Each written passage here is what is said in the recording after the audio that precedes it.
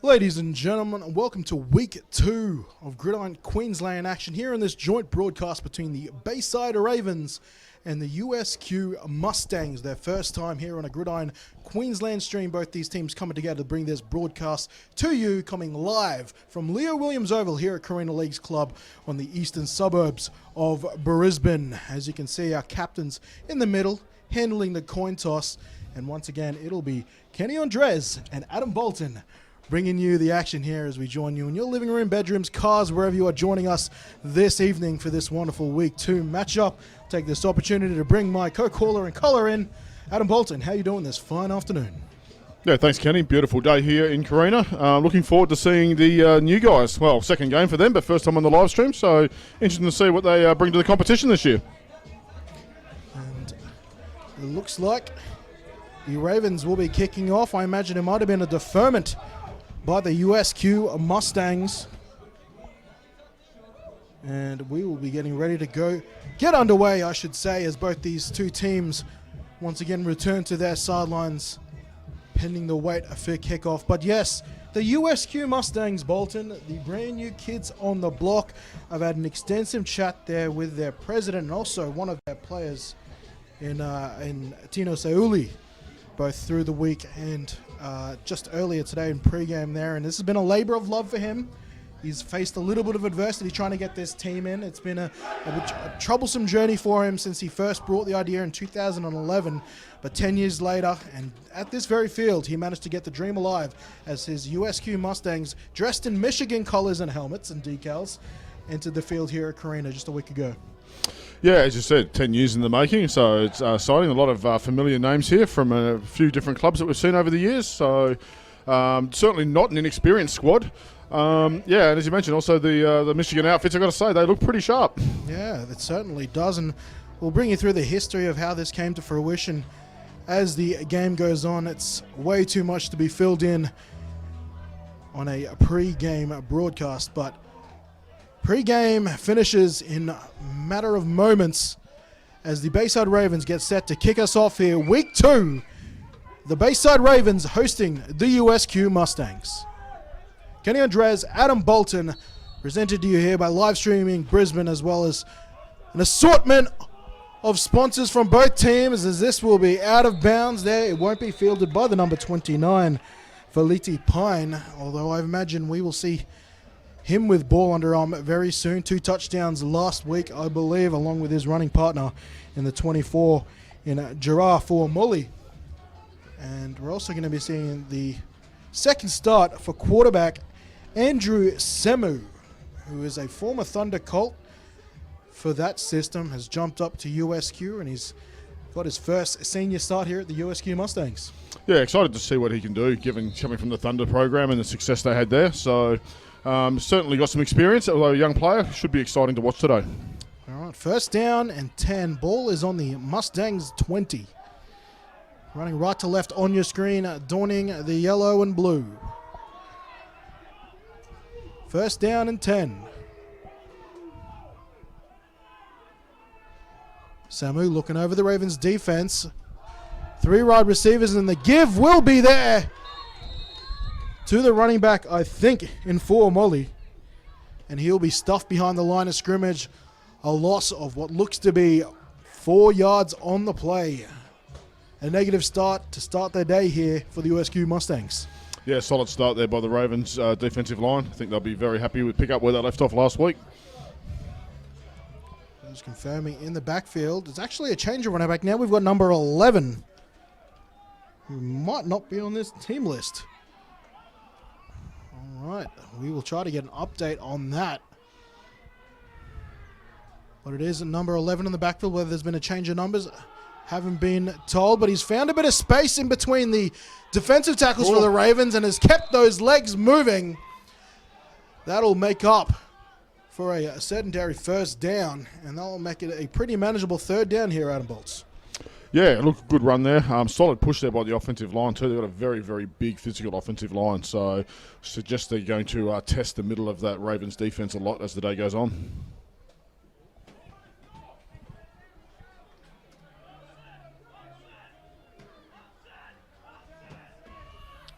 clock on screen, starting for you. Just to give you a general gist of where we are at the quarter, don't take it too seriously. Third down and a long 5 here for USQ. First drive of the game. Samu will give to this mystery number 11 man, and Jace Leon, captain coach of the Bayside Ravens, will be the first to stuff him. Maybe a gain of a couple of inches, and that'll bring up fourth down here for the Mustangs. Yeah, solid first stance there by the Ravens defense, but also, from after that first play, I think getting that good run play up the middle will give the Mustangs something to walk away from and have some confidence moving forward for the rest of this game. Yeah, but will be a 3 and out for them to start, and they'll want to be careful here because one of the men fielding this punt, number 81 at Warwick Russell, his first touch of the game last week was a 60-yard punt return touchdown to open the scoring. He'll be looking to go 2 from 2 with these opportunities. Back to punt, I think, is Ciale. One of many Ciales, and this is a muffed. Oh. He can't quite handle the snap, and it'll be picked up by the Ravens. And it's for 2 times in a week, their special teams will get them on the board first, this time through number 12, Benjamin Stokes. Wow. So 2 weeks in a row, Kenny, to start the game, we've seen where we've had some trouble there with the special teams and the punt units. And this time, once again, first score for...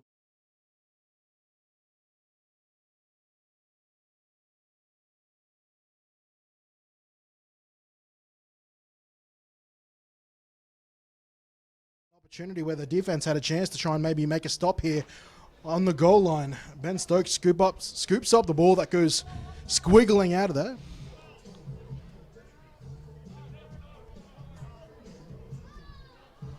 I believe there's a taunting penalty on Ben Stokes. And the question is... And does the score stand, though?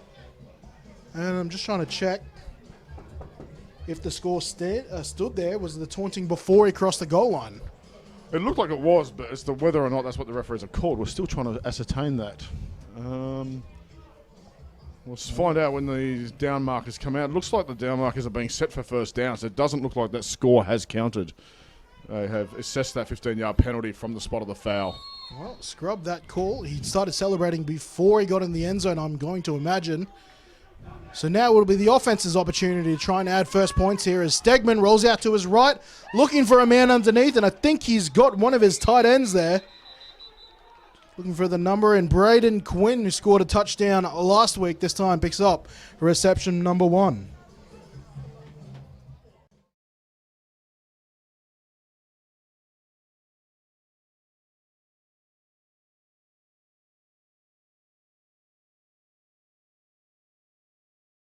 First and goal. Scored 0-0. Special teams touchdown rubbed out from a bit of taunting. Speed option. Whoa. Stegman will wiggle his way through, and that will be the first score this afternoon through quarterback Jared Stegman on the keeper. Yeah.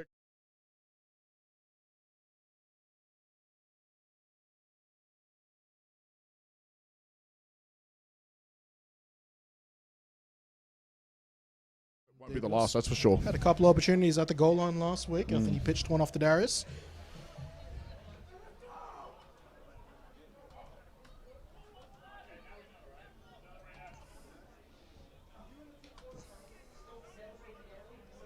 Yeah.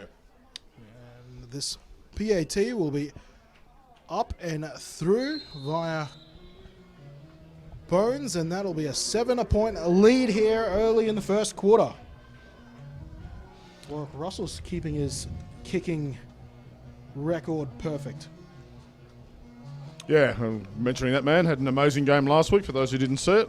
So I expect to see him feature very, very heavily in this offense and special teams as today goes on. Would have been hard to miss it. It was all across socials. There was some, even had some that touchdown pass to that bottom corner, the fade pattern that Stegman threw last week through three defenders. Had a couple of viewers from down south who were even like, that is about as good as you are going to see in Australian Gridiron, that ball. That was a phenomenal pass. That it was. Just to update everyone as well who might have saw the blocked punt that changed things earlier. Ben Stokes was penalised for taunting early before he crossed the goal line there, and that's why that touchdown did not stand. alas, the Ravens offense got the job done, and here'll be another opportunity for this USQ Mustangs offense to return serve. And now they'll return this one. It is the 29 in Pine. Can't find a whole lot of space, though, and last man on the scene there is Jack Capewell making the tackle. Yeah, not sure. Fielding that ball so deep in the end zone, not sure I would have bought.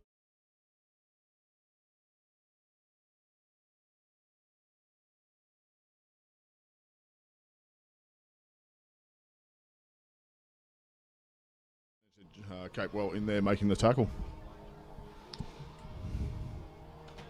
And we get back into the action here.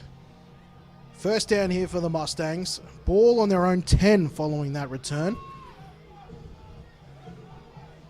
Samuel at quarterback. And now he's got, I think that is Pine with him in the backfield. The give will be to Pine. He'll stiff arm one defender and try to get to the edge there. Not a whole lot to gain. In fact, I think he might have just got back to the line of scrimmage. Yeah, again, great gap control there by the...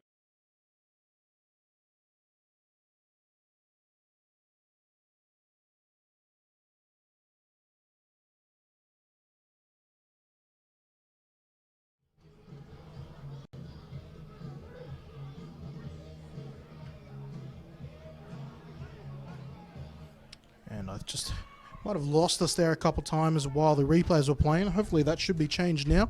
Thank you to Mad Dog Hunter giving us the heads up there. And this will be a speed option. This is a play they frequented a lot last week, and the Ravens clearly did their homework, stuffed in the backfield once again, and this will be a long third down here for the Mustangs. So once again, the guy we spoke about a couple of times already, Ben Stokes, on the outside contain there, did an outstanding job getting down and making the play. And as you just mentioned, I think just a second ago there, about the defensive changes there, Hodkinson, they're starting Mike Backer, who's actually a couple rooms to my right here handling the scoreboard today, broke his wrist last week, so he's out for at least 6 weeks. And on top of that, the usual rover backer in Robert Quimby, he's away this week as well, which has forced a few changes we'll discuss in a moment. Third down here for Semu and the Mustangs. And Semu will try to keep it himself, whether it was by design or not, I'm not certain. But regardless, he will be taken down behind the line of scrimmage, and this will be fourth down again here for the Mustangs. So just we may have an offside here. Looks like the backside end jumped for the Ravens. Hopefully give some new life then to the Mustangs. Give them 5 yards and third down once again, which if nothing else, make a bit of space for the punt if they can't make anything of it on third down. And medic's been called here on the field for a Mustangs player down, one of the defensive linemen, or offensive linemen, my apologies. And he'll get seen too. But Adam, yeah, more about this USQ Mustang team. So yes, they are heavily affiliated with the University of Southern Queensland. And Tino Sauli was talking to me about a huge part of him, because part of the reason he is there's no secret that there is a significant Polynesian community that is based upon the Mustangs here. And he said a big part of him was making a place where a lot of Polynesian communities can understand there are more avenues than just grabbing a labor job or anything like that. There is more ways you can gain work and gain profession, and he's hoping that his affiliation with the USQ, University of Southern Queensland, I should say, will help provide that. Third down and long.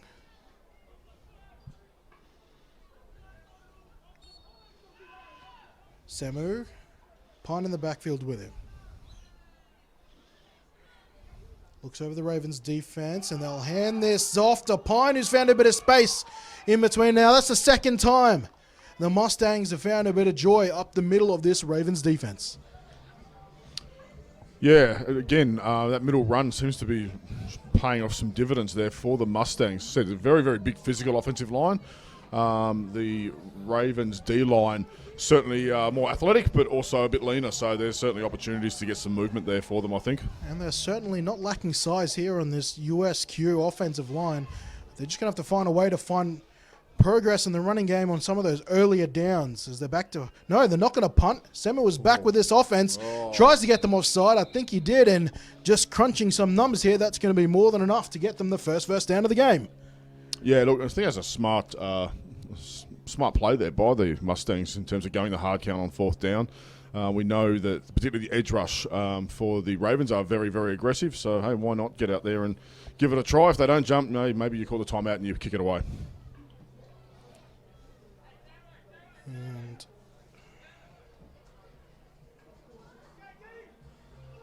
it is, in fact, offside on the defense, or offsides as it's officially known as. And that will be a first down here for the Mustangs. And they'll move the sticks for the first time today. And Tino Sauli was, he made no bones about it here. He's not here to make up the numbers. And in this game, he's not here just to keep the score down. He said he has every intention to try and get after this win with his team. Of course, this team head coached by Lon Tulloch, a long-time Gridiron Queensland member. And Pine will be forced to bounce off his right-hand side and then find some space back the other way. Late flags have come in towards the back end of that play. We'll wait to see how that is assessed. But yes, Lon Tulloch making history as the first female women's head coach of a men's side. Yeah, and it's just great to see. Lon's been around the league for quite some time now and has held a number of different coaching roles. So it's really good to see her get recognised for the hard work she's been doing over the years. Yeah, a former player for a lot of clubs there. The Rhinos most recently, but also served as the defensive coordinator for the most recent women's Sun Devil squad. Plenty of experience between her there and her defensive coordinator and husband, Rob Tulloch. I saw Aroha, their daughter, and Sun Devil as well, floating around about. Second down and long. Here goes Pine. He can't find a whole lot of space there, and he'll be taken down by the former Central Connecticut Div 1 athlete, Joel Maddock. So you can see here, great defensive awareness there by the Ravens. I think they're starting to twig on this run game, so I'd like to see the Mustangs start to run some play-action pass or something from that to try and keep the Ravens defense honest. They're just going to keep loading this box and make it very, very hard to find any yards. Well, on third and long, it looks like they're going to take a second to think about it. The Mustangs took their first time out of the half. And based on the limited vision I got of last week's game and asking around the league, the passing game, well, it's still developing here from the Mustangs. They're definitely a run-first team. So these third and long situations are not going to be helpful for them with their ambitions to take down the reigning champs. No, correct, but I think, in fact, I believe it was your very own LA Chargers head coach this week actually talked very much about the importance of the run game and the physical part of the game and how that helps keep defenses honest and wears them down over time so you can open up that playbook. And I think whether we see that pass game this week or not from the Mustangs, or it's something that's still developing, which can take time, I think that's a very important thing. If you can establish the run well, that opens up so much more for you later on in the game.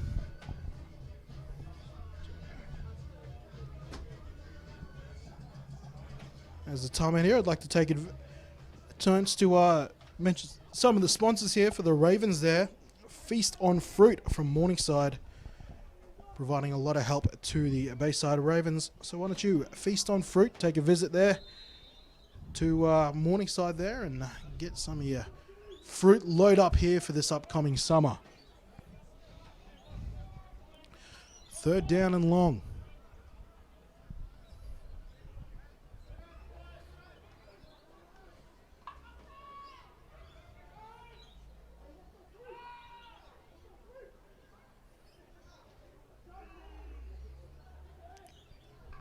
Two receivers. No, quite a heavy box here for the Mustangs. There'll be another run here on third down to Pine, and Pine continues his rough quarter so far, taking down behind the line of scrimmage, and the Mustangs will have to bring out the punt team once again. Yeah, so once again, we can see that same thing, trying to get that outside run game going, and it's just they're not getting the edge contain that they need from their line, and so that's causing a whole lot of trouble. There's a problem with this. The headaches that this Ravens defense gives you is they are so fast and so athletic that those outside players, if they take too long to develop, you're in big trouble. As this punt unit comes out, just reiterating some talks about the defensive changes for the Ravens with Quimby and Hodkinson out. Ben Stokes has moved down into the box into that rover position, and Matthew Bailey will take over at Mike for Hodkinson. As you can see him lined up on special teams now. And the rookie Warburton will start at free safety. And this is a better pump this time. It hangs in the air a fair bit, though. Lands at the 23. And the Ravens will start in some pretty solid field position here for their second offensive possession. And you mentioned there, Kenny, about the defensive changes that have had to be made for the Ravens this week.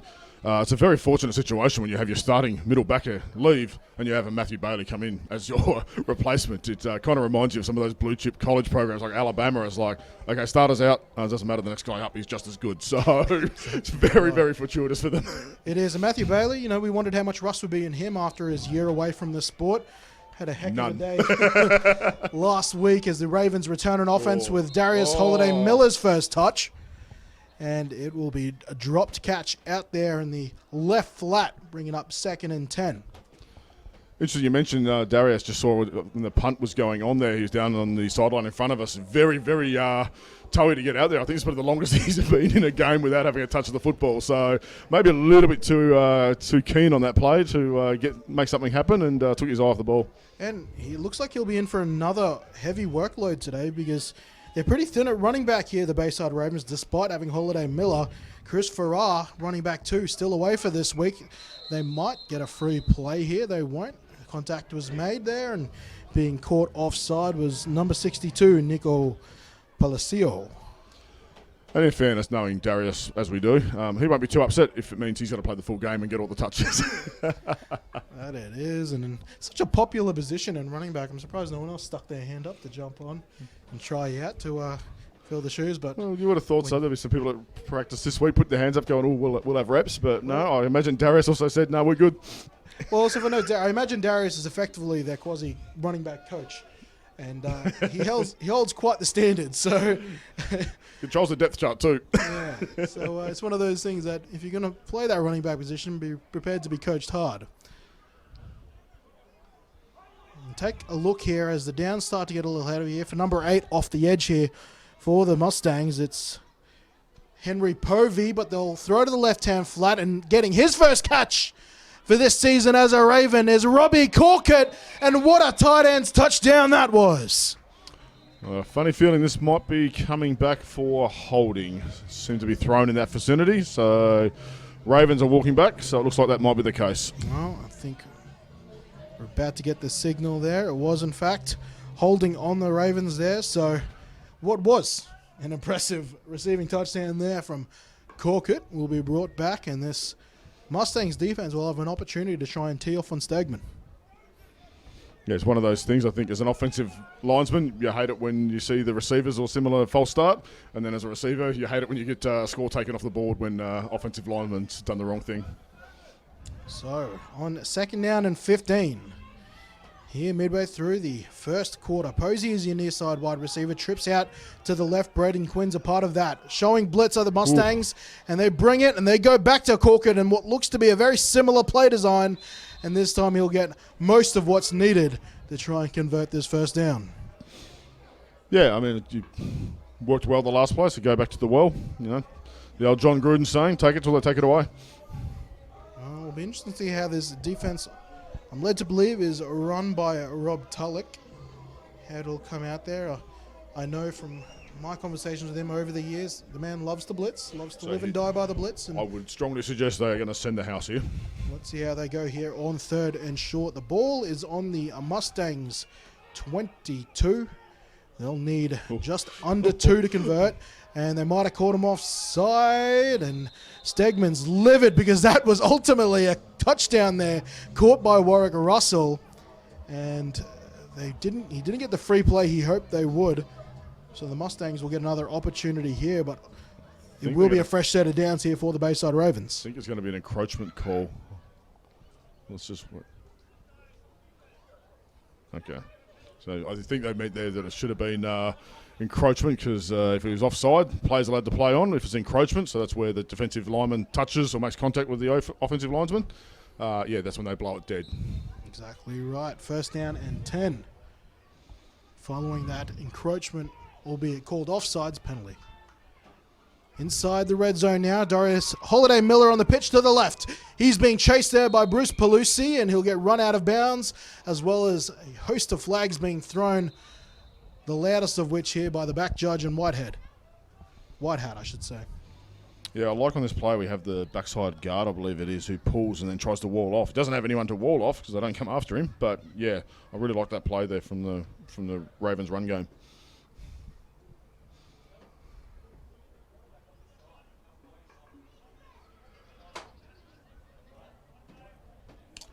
Couldn't make out the number there, Bolts, but it is a unsportsmanlike conduct on the Mustangs. Yeah, number 79. So I'm not sure what happened there. I missed the end of the play. So Jerry Cecil getting pinned for an unsportsmanlike conduct. He's got to be careful not to get another one of those. That will be an ejection for him.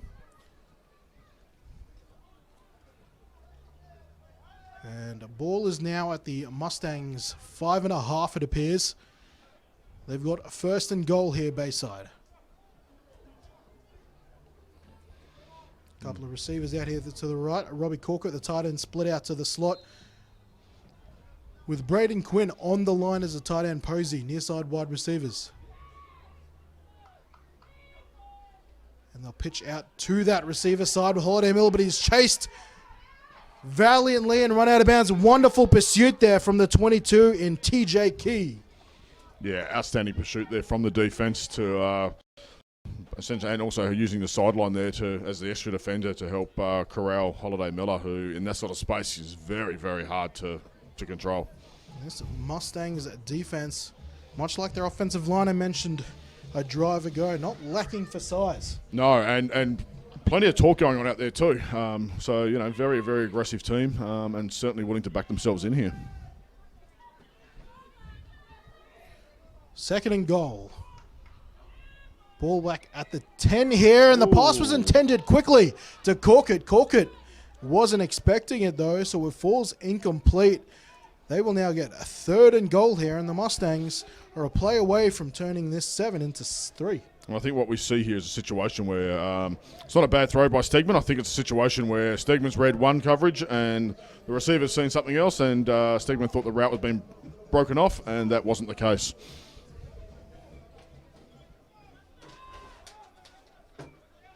Third down and goal. Darius Holiday Miller in the backfield. And they'll look for a screen for Holiday Miller. He's got blockers in front. The goal line not far away. And Holiday Miller converts. Touchdown Ravens on 3rd and goal. Yeah, great play there. Offensive line's done a very good job in terms of selling the play and getting out in front. We can see here, League looks like they've blown their assignment. No, just lets the guys get downfield and done a great job there in opening up the hole for Holiday Miller to pretty much walk it in.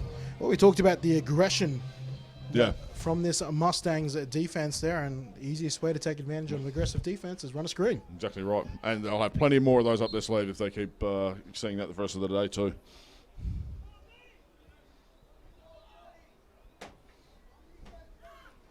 Kick is up, and kick is good here from Warwick Russell. 2 from 2 on the day for him. The score extends out to Ravens 14, Mustangs 0 here towards the back end of the first quarter of play.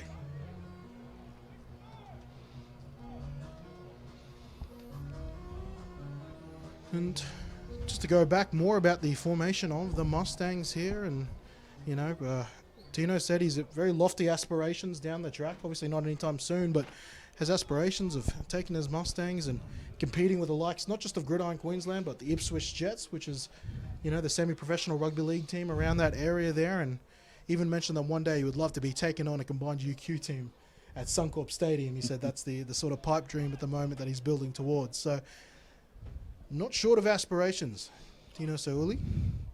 I think it's fantastic. Going back to what you said about, you know, building that sense of community and providing options for the community out there is having those sort of goals and that vision that they're working towards, so, you know, people can get involved with that and buy into what the bigger process is. And talking about family community here, as this kickoff won't be fielded by Pine.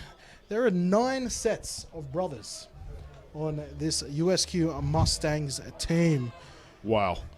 And I'm trying to find my sheet. I had it discussing with Tino earlier in the game there. I've lost it amongst all my notes here. Oh, here we go. Yeah, 9 sets of brothers there, and that's not even including the first cousin relationship. Of course, you got the Sayuli family there between the brothers of Tino and Jazz, the Mananus and Junior and Sunny, Siale in Awani, Tonu and Nemia, and obviously their first cousin as well there in Fatawi. And then you got the Pines as well, and Faletti and Joabin, and of course their head coaching team, the Tullocks. Wow. There's a husband and wife, and as well as their daughter, I'm sure will one day join the team. And this run is stuffed in the backfield by the Ravens. So that's one thing that the USQ Mustangs are going to have to try and fix here.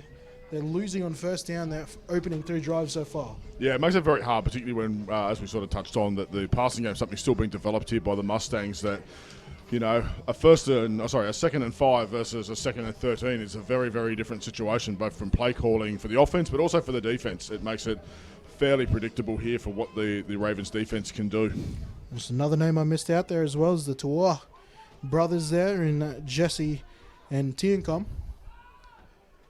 Also another set here, and Cameron Trago's here, and his brother played with him at the Thunder. I'm sure he probably is not too far off an invite as well. This pass here from Semu, his first of the day, is incomplete. Pass intended to the 19 there, and Aaron Burnt. Yeah, and I like the play call here. Try and get the ball downfield, regardless of sort of the outcome there. Of course, you want it to be complete, but I think it being knocked down like that, it still keeps the defense honest that, hey, that's still in the trick bag, because at the end of the day, if you don't respect that, they're going to make you pay with it. Coverage on the play was Joshua Perrin here, and it looks like he might be getting the start at corner. I don't know if they're rotating in already here. The other starter there is Desbro on the other side, but Popel's not going to be too far away. And then we've also got another rookie starter at corner, who we'll mention in a moment, as Semu puts the 14 in to Ua in motion. Now he goes from left to right, looking to open up this passing game. Semu scrambles left, wants to go downfield, has got burnt again, but the pass falls on him, and Broodwick was right there for an interception that sails through his fingertips. Oh, wow. And that is, and good play here. It rolls out and buys time. It's a bit underthrown and just takes his eye off the ball. That will, I'm sure, film review this week, they will be reminded plenty of times by the coaching staff about that one. So I wanted to wait for another play here just to make sure I was right. Now, there has been a breeze that's picked up here at Leo Williams that's probably going diagonally across the field here, left to right, from far sideline to right, near sideline there, which is exactly kind of where he's not throwing into the wind, but you can see the back end of these passes from Semu are getting caught up a little bit here, and that breeze is really, especially as he's trying to throw it long and getting caught up in the wind here, they might have to reevaluate some of their long passing game if that's where they want to attack. I think it's also an experience thing, being a young quarterback as well. And it looks like the Ravens are taking their first time out of the game. There was plenty of confusion going on with the sideline and substitutions there. So we've got the Ravens sideline down right in front of us here, and there seems to have been plenty of discussion there. I think they might have been under the impression that this was going to be a punt, being in fact it is 4th and long, and they went to line up to go for it. So I think that's why they took the time out and have rotated a few extra starters back out there. I'll take this opportunity to thank another sponsor here for the Bayside Ravens, Anytime Fitness. They're making healthy happen here as they support the Bayside Ravens through the year 2021. And of course, for the USQ Mustangs, their affiliation with the University of Southern Queensland, a big help to them and their aspirations moving forward as a family club. Yeah, I'm excited to see what the Mustangs do in the coming years in the competition. I really like what they do, the vision that they've got and some of the ideas they have. I think President may have even mentioned about trying to build the Alabama of Gridiron Queensland, which, hey, I love that sort of ambition. Like, you want to go and do that? Go out and do it, man. Like, that'd be outstanding. Yeah, he did. He wants to do that, and obviously first goal of that is developing a junior program as well that you hopefully filter up into your senior program as well. Women's, we hope. They come back with a team as long as it was along with the rest of the league in 2022. So 4th down, and we'll call it 13. Semu is sent back out there with the offense, desperately trying to keep pace with this Bayside Ravens attacking unit as Semu drops back, rolls out to his left, under pressure from Matic. He'll take it himself here. He'll be a valiant effort. In fact, I think he got the first. Big play from Semu. Gets him a yard pass the line to gain. Great individual effort there by Semu. Yeah, obviously he didn't have what he was looking for downfield, takes off with it, then has the awareness of where the first down is, takes a lick from Clark for his effort at the end of that play. But yeah, look, great outcome. I was questioning the call pre-snap, but hey, whatever it takes. There it is. Now their second first down of the afternoon as this first quarter, I'm assumingly, has got to be coming to a close shortly. Two receivers out to the left here. Burnt one of them. He's been targeted twice so far. And it's Pine back in the backfield. Haven't seen a whole lot of the 24 yet, which is Gerard for Mully.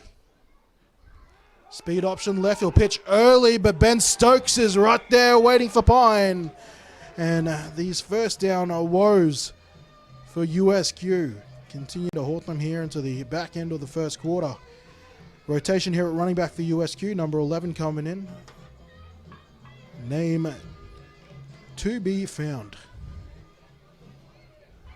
Yeah, on the pitch play there, we have the receiver who didn't maintain his block, which just allows Stokes, very, very experienced players, played for Australia, just to make a very simple open field tackle there. That's something, it's a learning process, but something they'll take away from this game in terms of, hey, that's simple stuff we can tidy up and be a far more efficient team.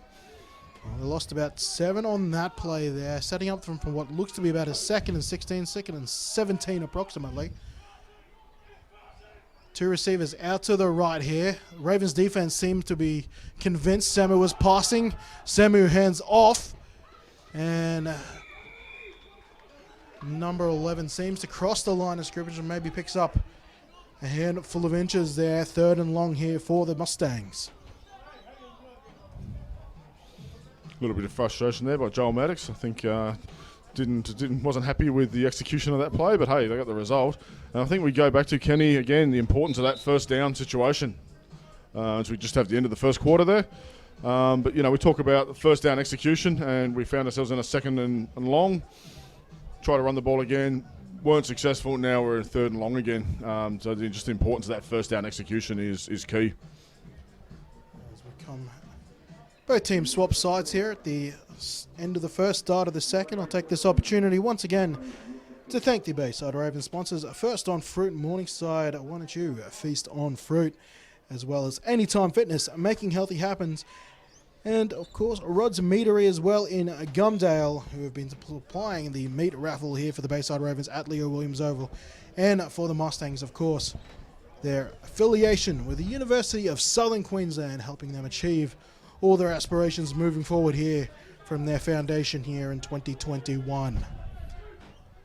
So, now moving left to right on your screen, the USQ Mustangs with a 3rd and long here, converted last time on a 4th and long thanks to a Semu scramble. They've got a trips formation out here to the near side sideline. First time we've seen this today.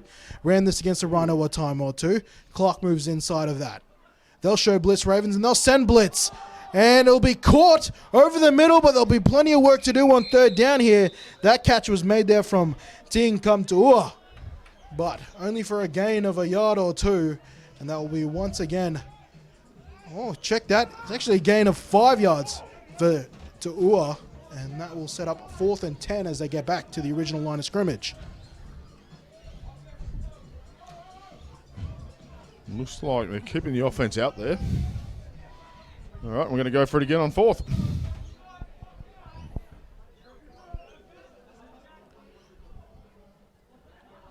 So, punting seemingly out of the question here for the Mustangs at the start of the second.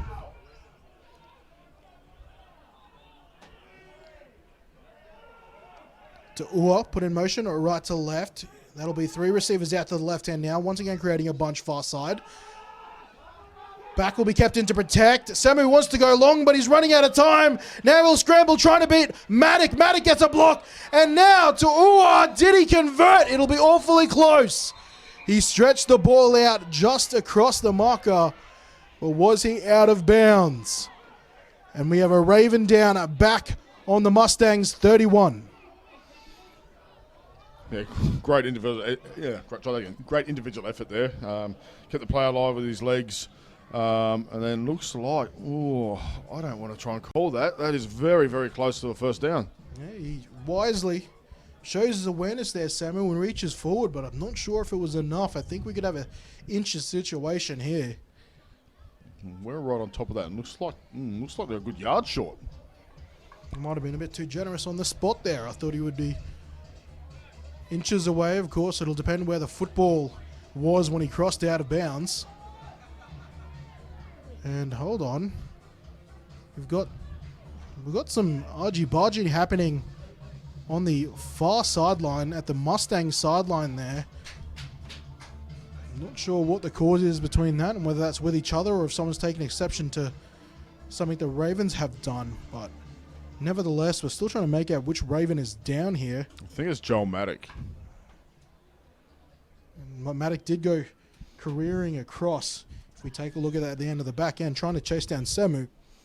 And he did collect a block on the play here. So he's on the backside pursuit here. And then...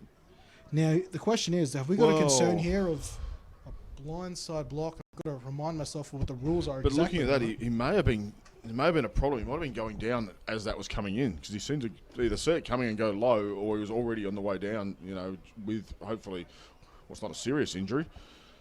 So it might have been a non-contact injury first, is what you're saying? Well, it's hard to tell whether he saw the guy coming in or whether he's walking off under his own power, which is always great to see. It's a very important part to this Ravens defense, not just in terms of defensive line, but in terms of his experience from his time at Central Connecticut and as a leader as well. And where the ball is placed is, as you said earlier, Walt, a good yard short of the line to gain. So this should be the offense moving out, and Stegman and this Birdtown offense have done so. But I'm still seeing a fair few of the offensive players here. I'm trying to work out which players are playing both ways. Well, here both offenses are on the field here. So I'm not sure if the Mustangs have been notified of the call or if a call has gone out. We're seeing many first down symbols going that direction. I don't think this Mustangs offense has realized yet. And well, they're going to have to hustle here because I don't know how long the Ravens will have to wait here. Why would you not call a timeout here if that was... I think the Ravens just out of... I don't think the ball's been spotted in yet, has it? Well, the referee's standing over it. They're giving the USQ ample time to get the defensive substitution on the field, given that misunderstanding. So first and down here for the Bayside Ravens. Ball on the Mustangs 41. Stegman will pass here. Wants short to Russell, and he'll get it. Russell makes the catch at the Mustangs 33, and he'll be taken down there by the cornerback number 84, Emil Joseph. Been starved of opportunities on offense here for the Ravens. I think it's a smart game plan by the Mustangs. I mean, yes, they're a very heavy run team, but also controls the clock as well. So, gives yourself a chance for as long as you can keep this Ravens offense off the field. First down and 10. Three receivers out to the right, and that's the way they'll throw. This time it's Lachlan Amore grabbing the screen pass. His first catch of the day. Flags have been thrown late on the play from what I'm going to imagine is multiple fouls. I see Andrew Big Kid Davis remonstrating for a flag here, and that's where one of the flags have gone, and I think there might have been the possibility of a face mask on the back end of the run. I'm not certain about that one. Yeah, Matt Ole's coming off here without his helmet on and certainly not very happy about that. I didn't see, it's just off our screen, off our camera there, so we can't quite see what happened. Let's have a look here. Yeah, I didn't... Ole loses his helmet in the process of making a block there, and he goes down. The rest of that sort of mess goes down with, couldn't quite make out the Mustangs number, but with Davis. So it looks like there'll be a fair discussion going on by the officials here. Morey's been taken off the field. He's down here on the Ravens sideline. Not sure, is he heading over to the medic as well? Looks like he might be. It looks like, yes, he is being possibly ushered towards the medical tent. And the Ravens have decided to take a timeout following all of that.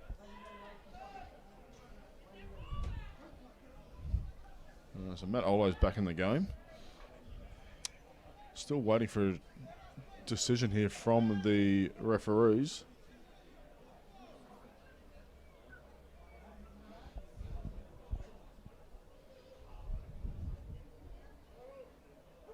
Now, I'm not sure if the Whitehead is... Still a lot of discussion going on here. Well, I'm just double checking that the Ravens did call a timeout here, and I imagine that would be to start.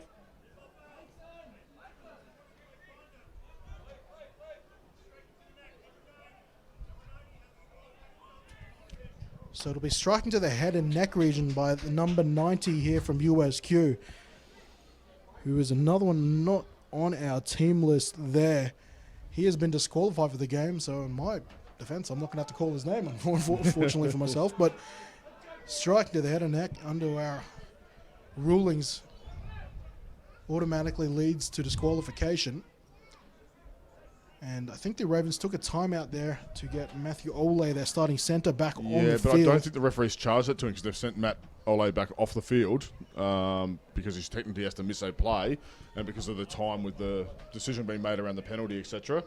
I think they haven't charged him that timeout, which is why Matt Ole is now on the sideline, which I don't imagine will be for too long. Yeah, well, Davis has moved to centre for at least this play. Not showing block. I got 5 down linemen here for the Mustangs. The rest of the second level defense playing a fair bit of zone, and this play will be called blown dead very early.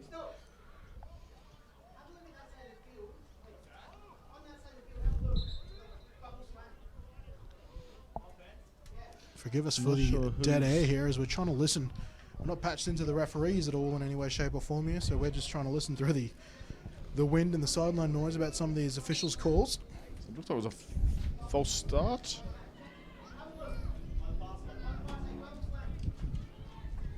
In any case, back we come on the Mustangs 11, 1st and 10 here for the Ravens. Warwick Russell near side wide receiver, and it'll be a pitch that direction with Darius Holiday Miller.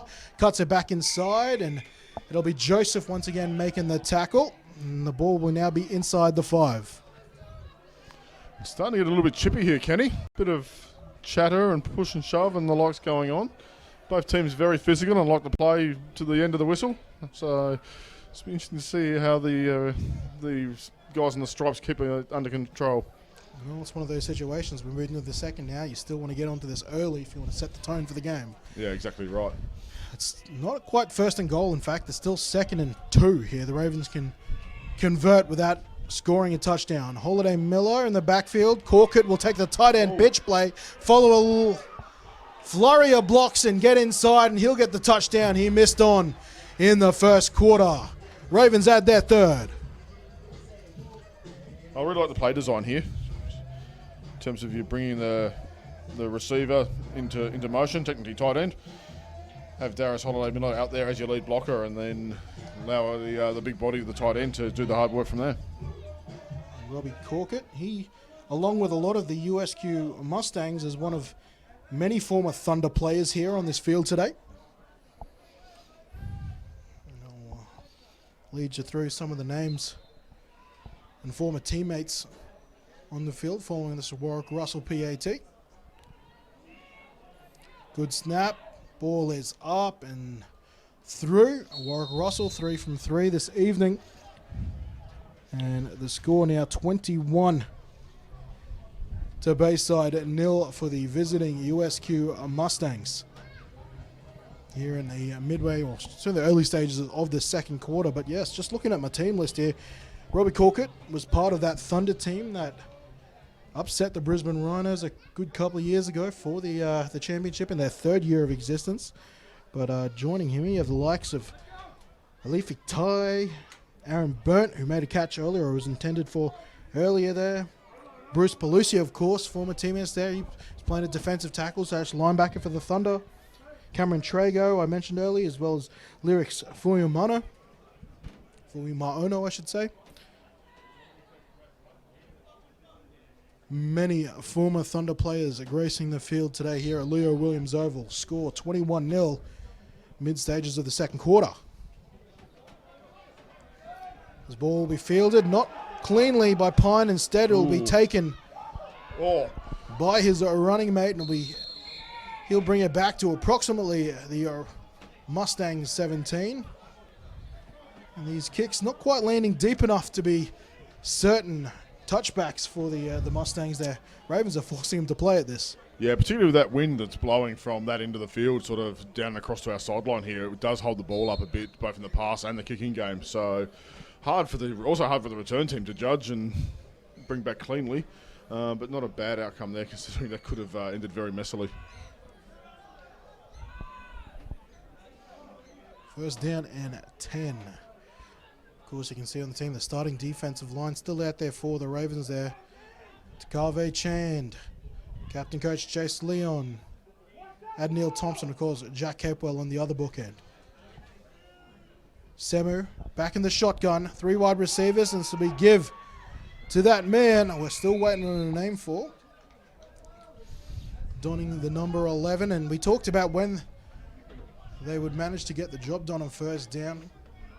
Couldn't quite there, and just waiting for that down counter to change there, and whether this will be second or third down. Second down, isn't it? Yeah, I think they just flipped that a little bit early, so there you go. Finally some positivity on first down for the Mustangs. Certainly opens up the options here now for second and third down. One-on-one matchup here down to the near side sideline. If they want it, the Ravens will blitz, and they'll give it to that man once again. And flags here from the rear of the offense towards the back end of that play here. Well, let's see what is assessed. It looks like he'll be holding on the Mustangs. So after last week, where we commented probably around this time of the game how clean it had been, we hadn't seen many flags. Today it's been the complete opposite of that. We've seen plenty of laundry out on the field. Yeah, this is probably what I expected exactly last week. Well, week 1, yeah, you expect that sort of thing. It's like, okay, a lot of stuff to tidy up and clean up. There was only, 3 in the first half last week? So in this situation, as you mentioned, Kenny had that first down, good positive yards, 2nd and 5. Now we have the penalty, and we're back to the same position that we've been facing all day for the Mustang offense. 2nd and 15 here for the Mustangs following that holding call. Dangerous part of the field too. Samu back with 11. It's an Oh. awkward handle of the snap here, and he'll be forced to handle it himself. Now flags thrown from the Ravens side. I'm just going to suggest that could be another holding penalty as well. And we'll see how that affects the play. As it stands, it was a negative run there by Samu. So just having a look here. Yeah, well, we'll wait to see what the referee says. There could be a couple of things there, but yep, there we go. So back-to-back holding calls, the latter of which is going to move them back half the distance. So you thought it was dangerous territory, a play to go there, Mr. Bolton. It's only gotten worse here for them on a continued second down. So back into that call, just another mention there to first on fruit for Morningside. Feast on fruit with them. Go suss them out for all your fruiting wants here on the east side of Brisbane. Here we go. We've got double sticks, Kenny. 2nd and lots. 2nd and lots here. Couple downs to play with here for Samu, who's checking his play call band on his left arm. And it'll be a keeper. They'll go the speed option there. Not a lot of space, but Samu finds a little bit there. And that will create a little more space for him here on 3rd down. If we have a look here, as he's run through the line, that ball is being held onto very, very loosely. I thought that was coming out. If we have a look here. So he takes a run as he cuts it up. Ball is very loose. One of the Ravens, I didn't catch who that was, has made a swipe at it. That was, you want to see a bit better ball security at the best of times, but particularly this close to your own end zone. Oh, 3rd down. Still double sticks. I've still got it close to 3rd and 20. Trips out to the right. Near side, a wide receiver is the 88 in Yuli. To Ua inside him. And they'll throw that side. They're looking for Tua. It'll be intercepted by Popo. House call. Popel takes the short intercept back for a Ravens defensive touchdown. Oh, and I reckon they've done him for taunting as well. And we'll wait to see if this touchdown stands here. Popel with his first career touchdown here in Gridiron, Just Queensland. overthrows the ball there. It was a good ball. The right read is just a little bit high, runs it in, but then, yeah, I think you'll find he celebrated early. The flag is down towards the pylon where the touchdown was scored, at least for now. And another flag here. It looks like... Oh, and we've had an extra flag and a hat thrown here.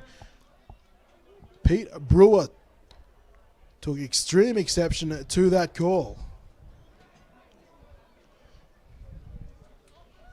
I think we'll probably find that this discussion is going to go on for some time here. I think we've got a couple of different calls here, and could be a lot of yards that we're walking backwards here. I think it's also we very well could be dealing with an ejection to level things here, and that'll be a probably going to suggest when you see the flag and the hat go at the same time. Hat is a very personal penalty. That's usually 2 in a row, so that's the end of your day. No, it's going to be huge because Pete Brewer is not only the starting middle linebacker for this defense, which they're already very thin at, he's also the defensive play caller and for this defense. And if his ejection stands, he can't even be on the sideline. Technically, he needs to be out of kit and standing outside of the field to play. Yes, it's going to be interesting to see how they adjust from there. I mean, they do have a very experienced defense, so I think they're going to be okay on that front. But I just think we're going to find here this is going to be a 1st and 10 on about the 45 is probably my guess. Let's see how close we are. And they are walking this in the direction for the Mustangs here. And it's a long way. The question is whether this is all the stuff with a lot of the penalties came in after the turnover. I'm going to say there's a... Roughing the passer was the call here. Oh. And so there was a roughing a passer against Shelvin Takave Chand. And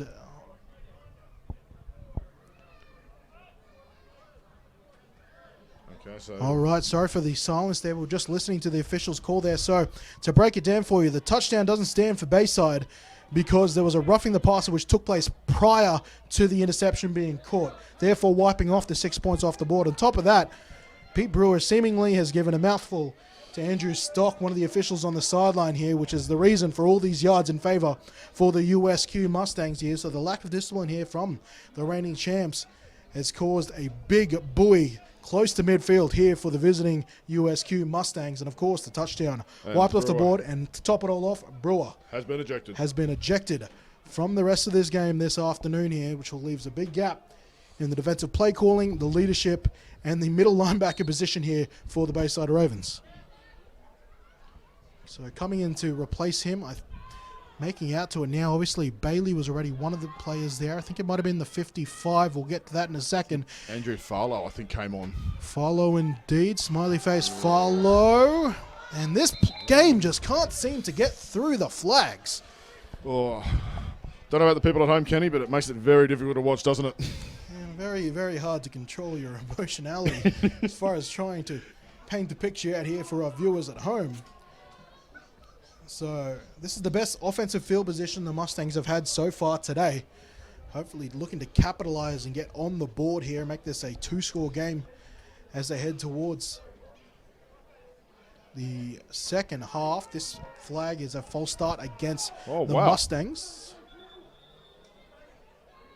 Yeah, that hasn't been marked off correctly. I think everyone saw the same as us. Looked like that was encroachment on the defense, but they've called that against the Mustangs here, so it'll be a 10-yard walk for this ball, which was pushed 5 yards initially forward and now moving 5 yards backwards.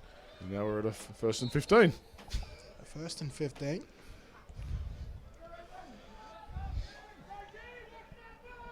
So 3 wide receivers out on this particular play here. Out very wide is the 88 in Ayuli. Leighton Ayuli. Ta'ua now comes in motion to join him on this right-hand side. And Samu, he'll be forced to scramble once again. Just gets rid of the ball here on 1st down. And that'll be an incomplete pass, and then I'll make it 2nd and 15. Now, I'm noticing something now with Samu here. He's having a lot of trouble fielding the snap cleanly, which is costing him some valuable half seconds in getting these balls off and just getting his feet set. Do you agree? Agree, yeah. And it's very important, the snap between the center and the quarterback, particularly in the shotgun, needs to be clean and needs to be accurate.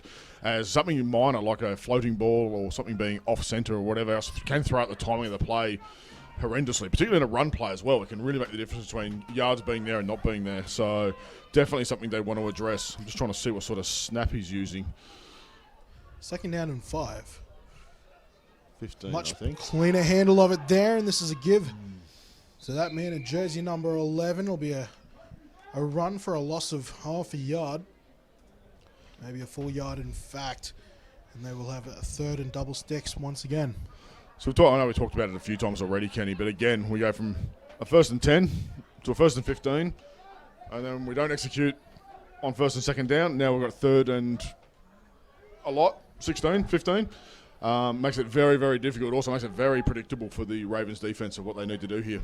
Especially a pass rushing happy defensive front like the Ravens possess. The Mustangs do have the win behind them here, so it'll be interesting to see what they do on this play. Something that will work in their favor, and stark contrast to quarter number 1. Ravens showing blitz with both their interior linebackers, and now Clark gets involved. They'll run it here on 3rd down. I think they're going to treat this as 4-down territory. Taking a carry that time was that the number 79 I saw in the backfield? I think you did. Jerry Cecil. And that'll gain back that previously lost yard by the end of that run. And just trying to see if Sema was still on the field here, because the Ravens have sent out their punt return unit. And just seeing if the... Hard to guess what's going to happen here, Kenny. You would say it's punt position, but who knows? Yeah. And it looks like a punt formation they're coming out with. Ciali is back out on the field there. Has another great day on the punt so far. A 21-yard punt for one and a block punt for the other. 4th and double sticks, though, kind of forces your hand. Much better punt from the man here. It's a line drive going into the direction of Warwick Russell, who'll let it bounce past him. And at the end of the day, it's a wonderful punt. In fact, that will be down at the Ravens 10, out of bounds. I'm certainly not a special teams expert, but I don't know. It seems like when that ball's being punted, there's a lot of pressure on him. So whether he's too close to the line or whether his personal protectors need to do a better job of going out and meeting the rush, I'm not sure. But yeah, you keep letting guys get that close to you, punts are going to get blocked. Ravens already got a couple under their belt. Almost got a block punt last week. Well, that was very, very close. Very, very close. And 1st down and 10 now here for Bayside on their own 10. Stegman still wearing number 27 for now in the backfield with Holiday Miller. Ooh. Holiday Miller gets sent to motion to the left, but they'll throw down wow. deep, and Braden Quinn is wide open. A blown coverage on the play for the Mustangs. Has Quinn got enough to get to the end zone? He'll be stopped painfully short. Quinn all the way down to the 1. Beautiful play there. I think we just catch it. So we have Holiday Miller out on the flat, but Quinn just gets in behind the coverage there, wide open. And away he goes. And it's interesting on that. I had a message before from one of our viewers in Tasmania making some commentary around the coverage and the lack of match that we're seeing from the Mustangs secondary. And he said that there's a good chance that the Ravens receivers get out behind coverage here. And, well, he's spot on. And Quinn desperately getting the head down, trying to get the nose. He was on the final stretch at Flemmo. He had to whip out, didn't he? He couldn't get it done. But nevertheless, put his team on a 1st and goal situation here. We'll get back to assessing that last play in a moment. Posey put in motion. There'll be a pop pass to him. They scored on this play last week with Russell. And now Posey gets his first touchdown of the year. Another good play design here. And we've talked about before about the size and the aggression of that Mustang defense. So, bring someone like Posey in motion there. Very, very fast athlete. Plenty of space to work in. Just let him use his athleticism to make a play. That is the thing about this Ravens offense. Any given week, anyone can be the hero here. Oh, yeah. I was just trying to look back at that last play a couple times there. The safety for the the Mustangs there. I don't know if Jared Stegman moved him with his eyes, but he did enough just to create a move there. I thought they were in some sort of cover 2 shell, and Braden Quinn just blows past the flat coverage for the Mustangs. It's a nice, easy conversion for him. As this kick is touched and still through. And Warwick Russell still yet to miss here in 2021. Well, I know it's only week 2, Kenny, but can we throw out the idea there that Warwick Russell could be an early candidate for MVP in multiple categories this year? Special teams, offense. I think at least special teams. At least special teams. And the thing about Warwick Russell is, whether it's a club game or it's a big-time game, you get similar production out of him. Yeah. I can think of how many highlights can we think of the last 2 years in Sun Bowls? Oh, we can go further than that. Sun Bowls, Queensland representative duties. Playoffs. Last week. 28-0 now. 4 converted touchdowns. 4 converted touchdowns here to the home side, looking to defend home turf in back-to-back weeks. Bessie back to kick this off, and it'll be... Oh, and the sun in his eyes. Oh, no. Oh, this could be recovered. Oh. This will be recovered by Bayside. The afternoon sun here in the eastern suburbs of Brisbane, getting in the eyes of, I think that was Pine. And he lost track of it. And the special teams demon, that is Chris Clark. You see got the on that kick ball off there. Again, as I was into that wind that we talked about, it holds up and he's got the sun in his eyes. Just loses sight of the ball, and the Ravens coverage unit get down on the ball. For those not aware at home, the ball is live from a kickoff. So if the Ravens get down and recover it, it's their ball, which is exactly what's played out here. We've got a Mustangs player down at their own 19, trying to make out the number here. I think he picked up an injury amongst that scramble for the ball. But yes, it was actually, I think it was, that was a lesson learned in the Sun Bowl last year there. One of the rookie returners for the Gold Coast Stingrays there, confused punt and kickoff return rules, let the ball go, and it was recovered, I think, by that very same man, Chris Clark. Quite possibly, who got on the ball, and that man's been playing football since Pee-wee days. He's not going to not know that rule. I think I've talked about in the past on coverage, Kenny, back when I was at the Stingrays, he was one of those guys for offense. It was always all right, where's 5 on defense? We have to game plan around this guy. Yeah, that's how dangerous he is. 2021 MVP in total, as well as ranking in defensive MVP. Sorry, in 2019, my apologies. Came up with a big intercept in that exciting Sun Bowl between the Ravens and the Rhinos. Holiday Miller out to the right, follows the blocks of Ole, and he'll bounce his way out to the Mustangs sideline. Solid gain there on first down for Holiday Miller and his Ravens. Of course, obviously being an offensive line coach, just got to talk about there how great that pull is from Matt Ole. Nice and tight, gets around the corner, gets upfield and finds a body. Does a great job there. That's exactly what you want to see from a pulling lineman. And that would be a man snapping the ball and then pulling, am I correct? Yeah, not easy to do at all. In fact, it could have been the 61, it might have been the 50. I think I saw the blonde locks of Ole. On the poor last play, we've got 2nd and 3 here for the Ravens. Holiday Miller out to the field side, and they'll throw to him, following a couple of blocks from his wide receivers.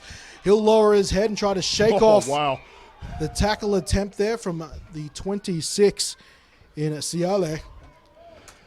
Combat Nelson this time.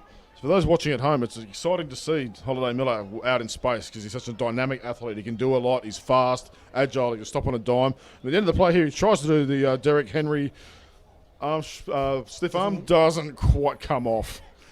Now, I'll probably have to be a little more specific when I'm naming some of these players. As I said earlier, 9 sets of brothers on this team. Yeah. So when I say Seattle, I probably need to differentiate which one. That was Nelson on that last play making the tackle. First down and goal here for Bayside. Stegman looking for someone underneath, but no, gets Warwick Russell towards the back of the end zone. That is Russell's 5th touchdown for season 2021. That's just incredible, isn't it? 5 touchdowns in a game and a half.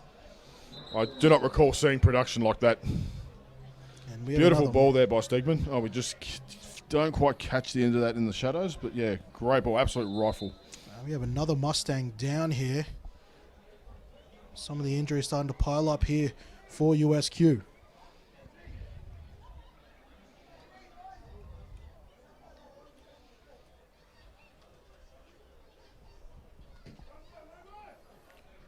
trying to make out the number of this. Can't quite catch the number of who that is player. down at the moment. Thinking it might be ULFL, number the 89. I think I'm correct. Yeah, I think you might be right there. And Lon Tulloch's out now to check in on our players, along with the medical staff here at Leo Williams.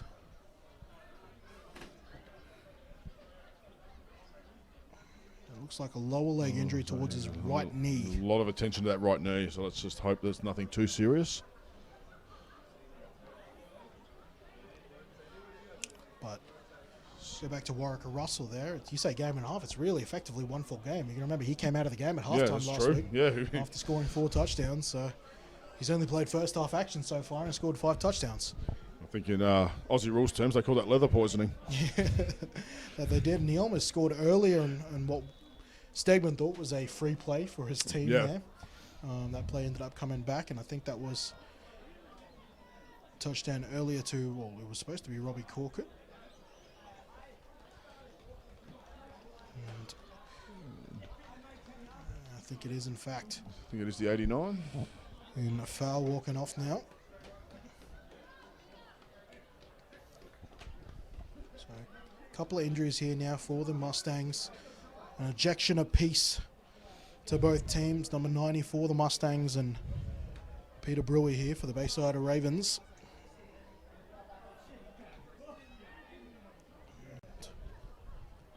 The Ravens now will realign for the PAT for the touchdown scorer, Warwick Russell, to look to convert his 5th touchdown of the season.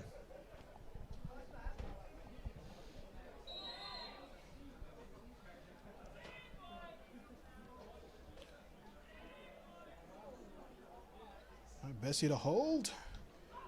It is good and is up. 5th touchdown of the year, 5th conversion of the day. Warwick Russell doing things all right so far.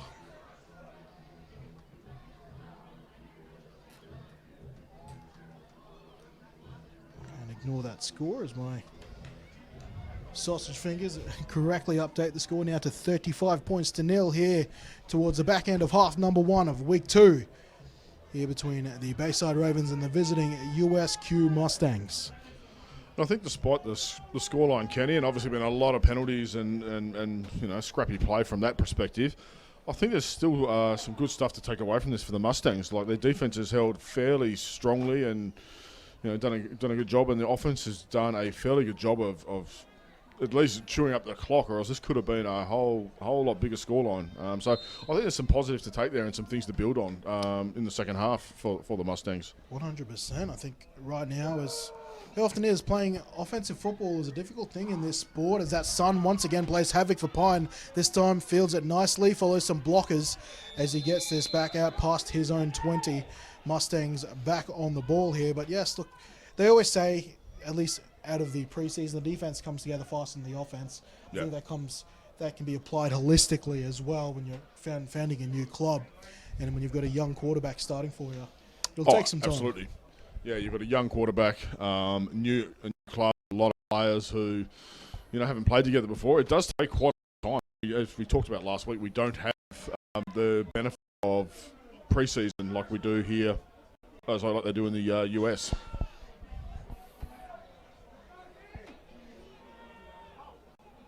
And a few people tuning in across the stream. I think I see Mike Jones tuning in there, one of my former colour commentators, former Wildcat Thunder member.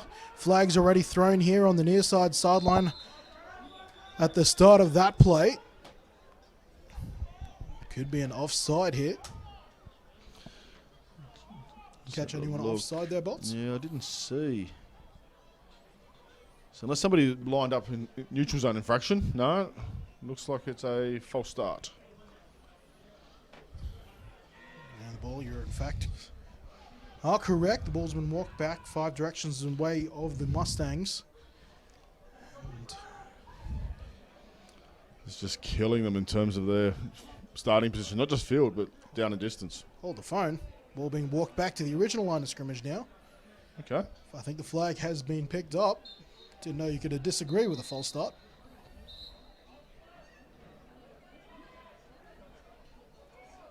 I'm trying to figure out what's happening. I thought we might have been getting a 2-minute warning. I think they're just... The fire official there is marking something down. I think they're marking it officially back at the 20. They wanted to get the right blade of grass there. So officially 2nd and 12 on the Mustangs' own 20. Samu with Pine in the backfield with him. Pine will work hard and will be tackled there by a host of Ravens. One of which Leon. I think Lucas Tuamoana is on there as well. And now we've got a 3rd and 11 here for the Mustangs. I've been impressed in this first half with the Ravens' defensive line and their rotation. In terms of, it's a very, very physical O-line, so you're going to get worn down over the course of the day, and they're a very run-heavy team, but they've done an outstanding job of containing that. A few other people tuning in. Timmy Reynolds there, former OC and left tackle for the Brisbane Rhinos. Back overseas last time I heard, Timmy, so good to see you tuning in. 3rd and long here for the Mustangs. Samu looking over this Ravens defense. Only one deep, and it's still a shallow deep at that, and that is Ben Stokes, I think. And Samu will dump this off, and it's almost intercepted by Jack Capewell. Wow. Showing off the explosiveness and quickness there. That's an incredible play. If you had to pull that off, that would have been one of the highlights of the year, I suggest. Have a look at this. Awareness, jumps into the passing lane and almost pulls in the interception. That is incredible. I don't think people at home had any idea how hard that is for a D lineman to make that sort of play. I think the last time I remember a play being made like that, at least seeing it live, was also by the Ravens there, back in their red and green days, by a defender by the name of Christian McCarty, who a lot of Ravens would be aware of there. He picked off a running back toss and ran it back for 6 points there. I haven't quite seen anything like that since. That would have been one of them. Pelusi now checking in on special teams. He helps shore up this punt block team as it's a good punt, and it'll be marked out of bounds here right on halfway.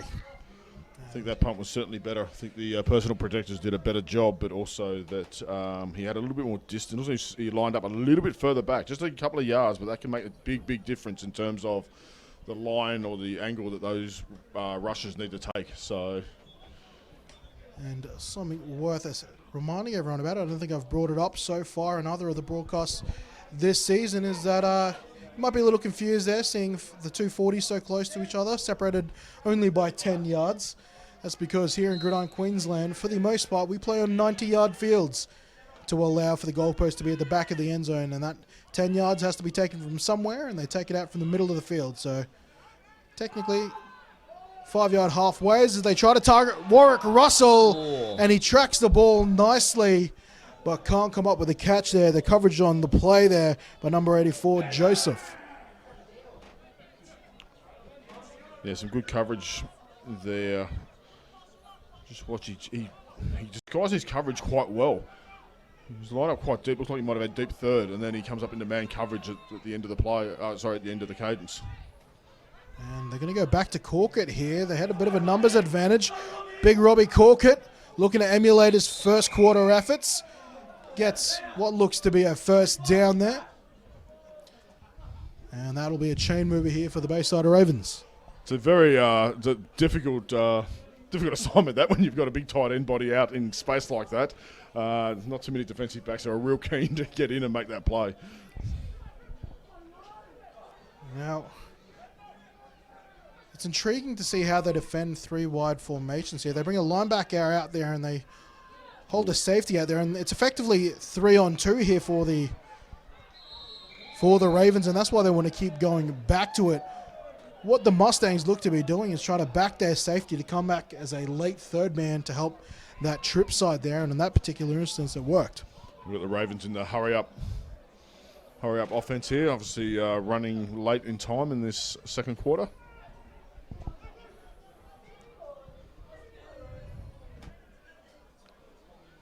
Corkett, tight end, split out to the left-hand slot. 2 deep here for the Mustangs. They'll throw underneath the Posey. Posey makes the catch, tries to shake the corner. He can't quite do it on the coverage there to Ua making the tackle, and the Ravens take, well, what I believe it should be their second timeout of the half. It's good to see Posey getting involved in the offense more this week. He showed some flashes last week, and we've obviously seen from last season what he can do. I think he's a very, very dangerous player. So as he gets accustomed to Stegman and the rest of the offense, I think he's going to be a guy to watch throughout the season.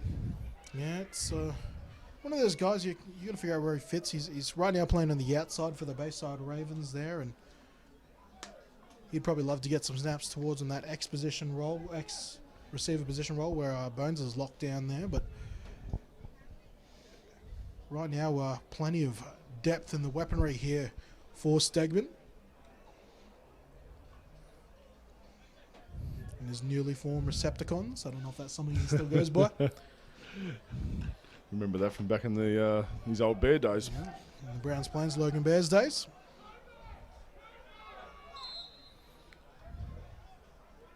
Double tight end out to the left, but they're split out in the slot as wide receivers. The Mustangs get their extra man off the field quickly. Draw play here to Darius Holiday-Miller, and tackled nicely before doing too much damage there by the 79 in Jerry Cecil. Flags late on the play.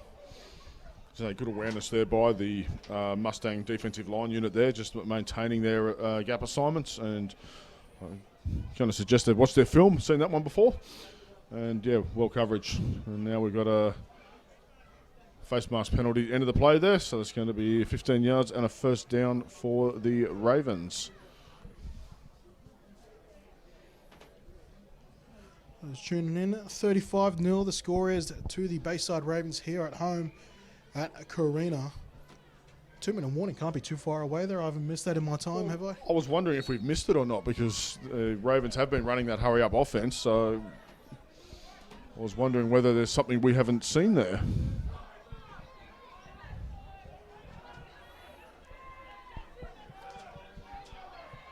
Quinn and Russell out to the left there. Corcutt and Posey out to the right. Holden and Miller in the backfield. They'll keep it. No, it was a keeper to Stegman, who'll run a wide receiver screen on the RPO. To Warwick Russell, will get this down inside the 3. Some fancy hands there from Jared Stegman. That was an outstanding play action there from Stegman to Holiday-Miller. I think that was both fooled. Wondered what happened because Darius jumps through the hole there and then sort of stops. I thought maybe he did a hamstring, but no, didn't have it in the first place. Great play there by Stegman and Russell.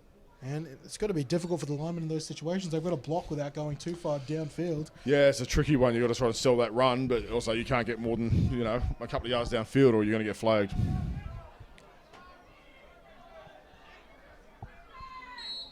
Posey, far side wide receiver. Holiday-Miller's had a touchdown so far today, but they're not going to go to him, at least not yet. Stegman has a rushing touchdown. Tries to ditch it off to Holiday-Miller late.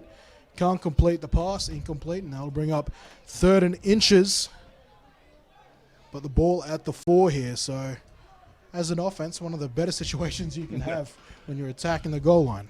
Absolutely. Now, I'm not sure if the Ravens would run with it, but given how aggressive that Mustang defensive front is, a hard count here would probably be easy yards, but let's see what they run with. One of the other options they would usually go to in a typical Ravens offense is the goal line fade here to Bessie, but Bessie, who has been kept on the sideline here, hasn't quite been a practice enough to justify the snaps. Will remain on the sideline as they look to throw to the left-hand side and try to find Braden Quinn, who was open on the back corner of the end zone. But Stegman and him couldn't quite connect. Quinn had broken free for the second time today behind those Mustangs defenders. Yeah, I like the play call there. Quinn's obviously a big, tall target down there in the red zone. And the Mustang secondary is a little on the shorter side. So, yeah, look, it's definitely a matchup opportunity there. So I like the play call there. Just didn't quite come off.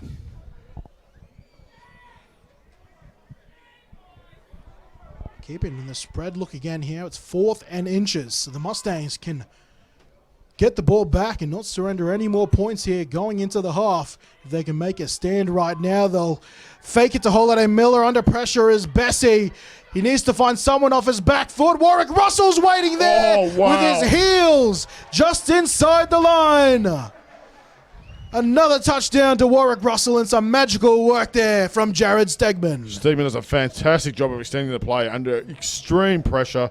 Gets a little bit of space, just flicks that ball almost Dan Marino-like and finds Russell in the very back of the end zone. Referee in a great position there to make the call. And manages to keep his feet in bounds. It immediately, you could probably see that the referee looked down to see where Russell's heels were when he made the catch. Was very quick on the call there, but the moxie on Stegman, that's a man who's thrown for many teams I think it was good awareness for many years. Good awareness by Russell to keep his heels up as well when he caught that ball. And this PAT was successful, but the play was called early, and a flag here around with a false start on the offensive line there. So they'll take this back here, and this will test Russell. Well, he hasn't had too many attempts beyond extra point range, has he, this year? And on top of that, all of that was on fourth down. Yeah. I really thought the Mustangs had an opportunity there to sort of gain some momentum going into the second by creating a goal line stand there, but the class by Stegman and Russell outstanding on fourth down. Now, this is Russell's real first test here in the kicking game, and it is still up, it's still sweet and still true. The distance at the end of the day proved to be academic. Don't think there are any flags on that last play.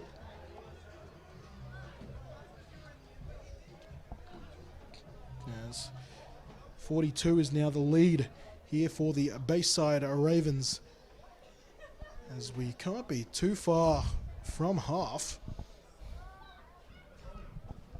Just a question as well. We haven't seen Amora come back out on the field at all for the Ravens.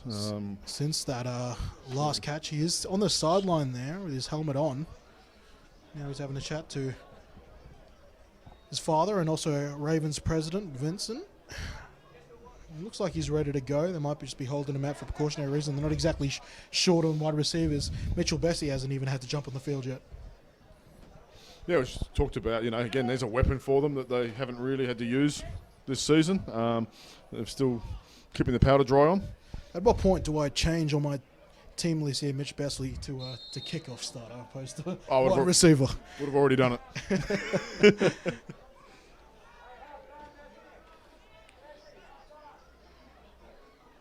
Jason Leon having a chat with another sideline official here in David Hodkinson. Getting some arming and ahhing, and hold the phone. I think we might be having half time here. Yeah, so we did miss the 2-minute warning. I apologize. I thought there might have been more time with both teams running out there, but that is halftime here from Leo Williams Oval, week 2, here from Carina, where the Bayside Ravens currently lead 42 points to 0 over the visiting USQ Mustangs. Kenny Andres, Adam Bolton will be back to join you here shortly in this second half.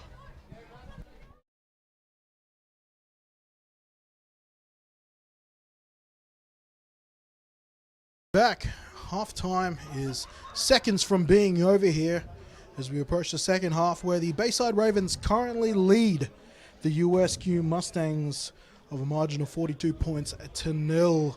Kenny Andres, Adam Bolton here to talk you through the second half of this week 2 Gridiron Queensland action. Bolts, well, first down was the biggest of the few problems that the USQ Mustangs had in the first half.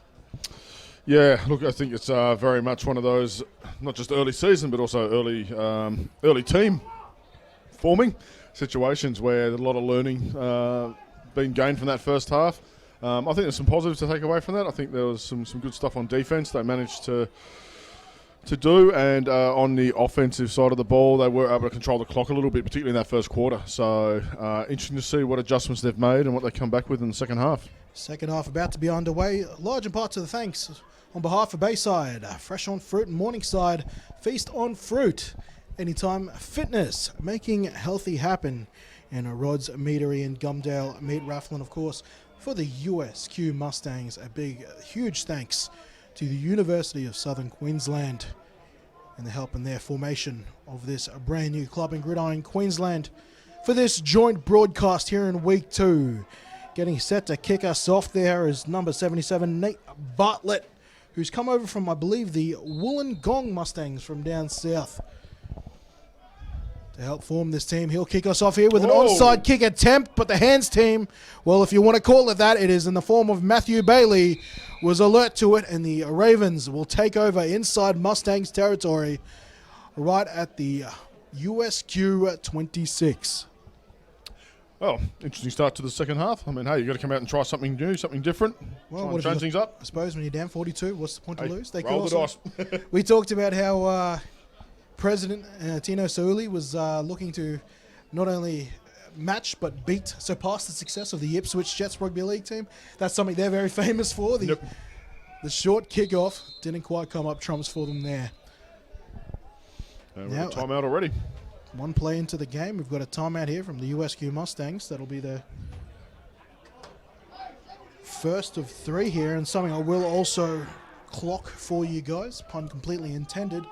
Given there is a margin of 35 points or more, we will now, and we're in the second half, we will now be moving to the running clock, meaning the game clock stops for few to, if at all, any things as we progress here, and that will return to regulation timing if the Mustangs can bring their score within 35 once again. But they are now officially racing the clock if they have any hopes of a miracle comeback here in week 2. Yeah, exactly, Kenny. I think in terms of from at least an offense perspective for the Mustangs, I'd like to see some play action pass being thrown in there, and also some of that deep ball stuff again. More so just to try and keep the Ravens defense honest, but give them something to sort of have on film to work towards next week and into the season. Well, just as we were ripping him towards the back end of the second half about Mitchell Bessie being just a kicker nowadays, here he is lining up a wide receiver near side to your screen. 3 wide receivers out to the left. Corcoran scored a touchdown in the second quarter out there, and it'll be a shovel pass to Holiday Miller, but alert to that is the 22 in TJ Key, who made a great play on Holiday Miller in the first quarter. Yeah, great awareness there by Key on that play. He maintained his assignment fantastically, and then didn't get sucked into the drop back by Stegman. Look at that, in the right position to make a really good open field tackle, which Holiday Miller's not easy to bring down in open field. Second down and 10 here for Bayside. Ball still on the Mustangs 26. No gain on the last play. Free play here for Stegman. They'll blow it dead. Stegman's going to be disappointed about that, as will Mitch Bessie, who made the catch. Well, I'm not sure on that, whether or not that was an encroachment. Well, So I it's think funny you say that, Bolts. Head of Kugoa, Mark Louis, has chimed in and has a message specifically for you, saying that encroachment is actually when the offense lines up in or beyond the neutral zone. If a defender makes contact with an offensive player, or if a defender breaks through the line and has a clear look at the quarterback, the play is killed for a dead ball offside foul in the case of contact, or a dead ball offside unabated to the quarterback in the case of breaking through the line, mate. Well, there you go. Regardless, Getting schooled from the top. I'm still not sure that the play should be blown dead there. But anyway, we want to start playing that game. That'll be arguing the rule rather than interpretation. Second down and 15 following... whoa, and a face mask will overrule that last play there. And actually was false.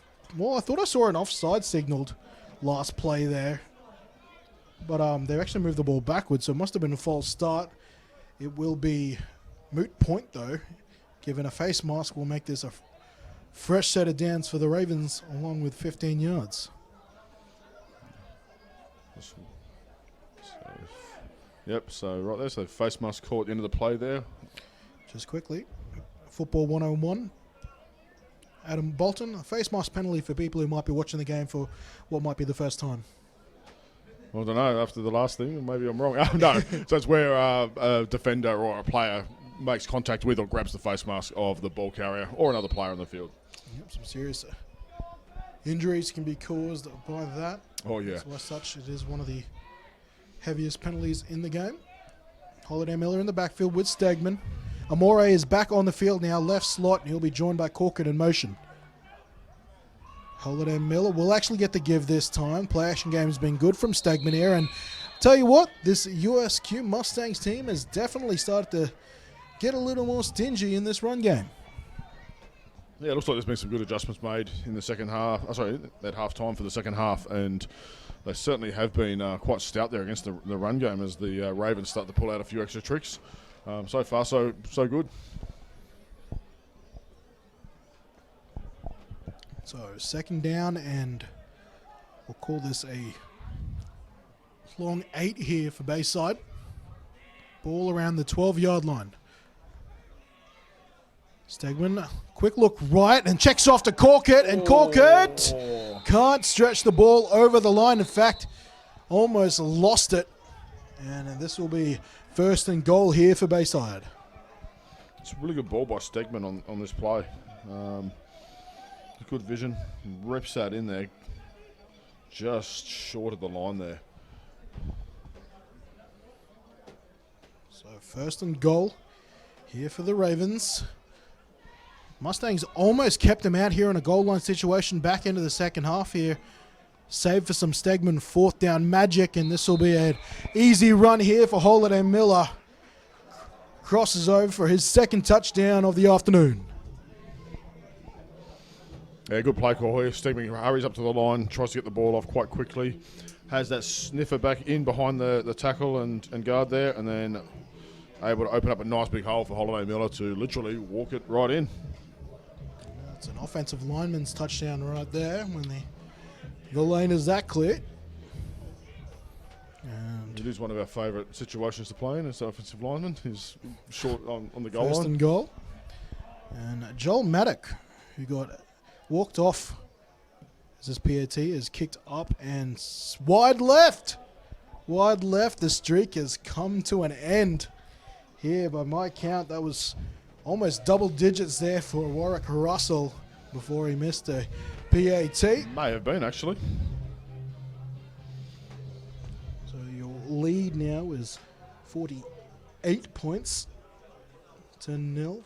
Ravens scoring in their opening drive of the second half, but just to update you, their defensive lineman, Joel Maddock, who got taken off with a lower leg injury in that first quarter, has had the kit off now and is just in his club polo, so his day is done for the purple, black and white.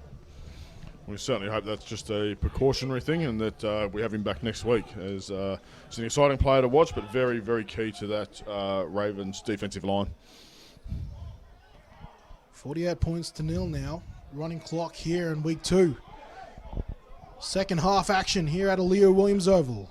Joint broadcast brought to you by both the USQ Mustangs and the Bayside Ravens. Kick is up and into that corner again. The sunlight is no longer an issue for Pine, who fields it on the run. Looks for a good block and gets one. Trying to shake the rest of the defenders there, and that very well will be Pine's best return of the day. Gets this back all the way to the Mustangs 28. Great return there by Pine. It's, as you've mentioned, Kenny, short kicks are hard to field. Gets a great block there. Finds a bit of room to work in there and sets them up with probably some of the better field position they've had today. Indeed they do. And the Mustangs now sends Samu back out there. Did most of the damage to the Ravens in the first half with his legs. And a very impressive fourth down conversion, where he converted a gain of what I think was about 14 in need of 13. They might want to look at doing a bit more of that here in the second half. Samu with 11 in the backfield. Still haven't got his name, unfortunately. And that will be a gain of maybe 1. Yeah, I don't mind that Oh, and play actually a call, bit Kenny. more than that. Almost 2 yards on that play, in fact. Now we've got a 2nd and 8 situation as opposed to a 2nd and 12 or 13 that we saw way too many times in that first half.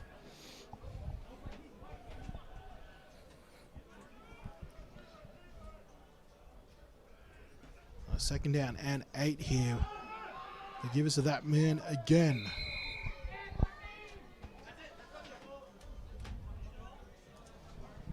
Unfortunately, all my contacts with the USQ Mustangs are all participating in the game so far here today, so I can't make out who that number 11 is. But right now, taking a fair share of the carries, taking over Pine, who was seemingly the starter in the first quarter.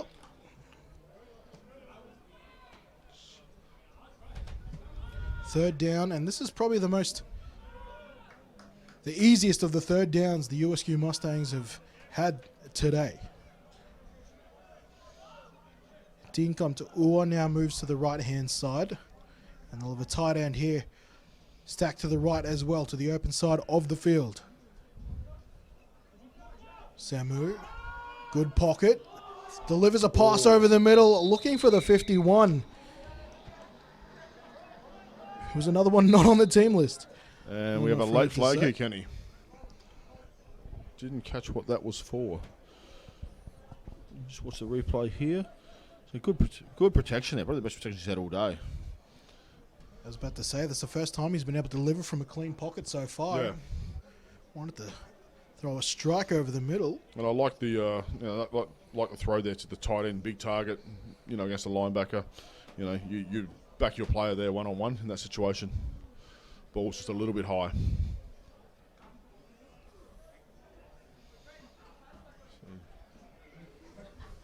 Just waiting on the call from the officials here. Seems to be plenty of discussion. Which isn't great for the Mustangs because the clock is still running. Yes. And it looks like...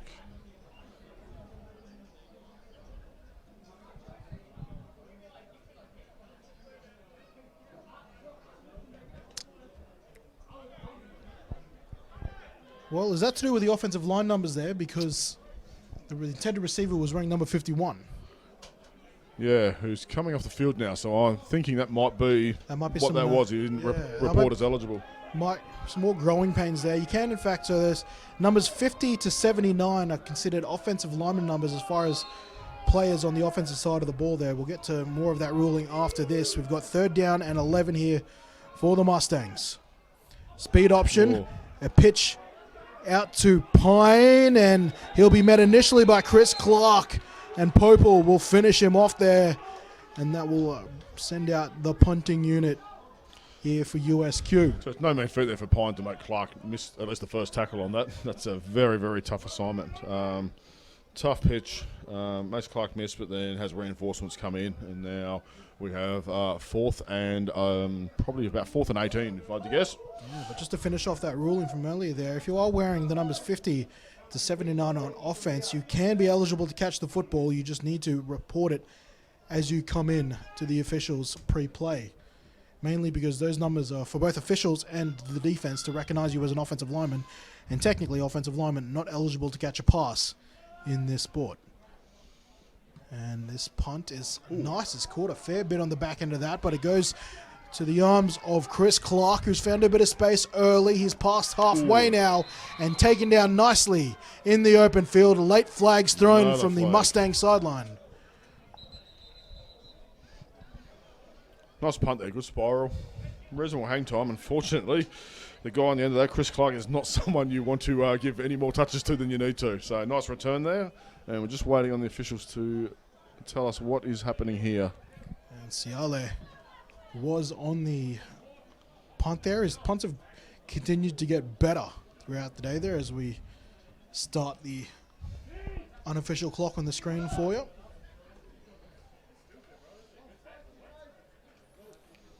And it looks like this flag will be going against the Mustangs, by the looks of it. The Mustangs, which is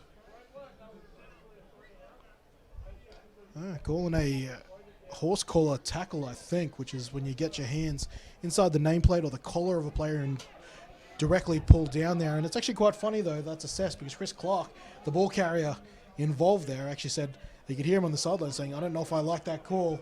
I think that was just a good tackle." Yeah. So,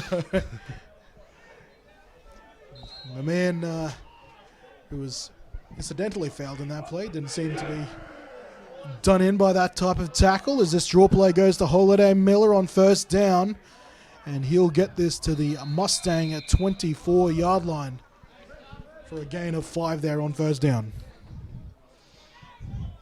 Yeah, nice play here. You see the centre, Matt Olle, get out in front here. Nice lead there. Probably like to see him maintain that block a bit better, but yeah, open up a nice gap there for Holiday Miller.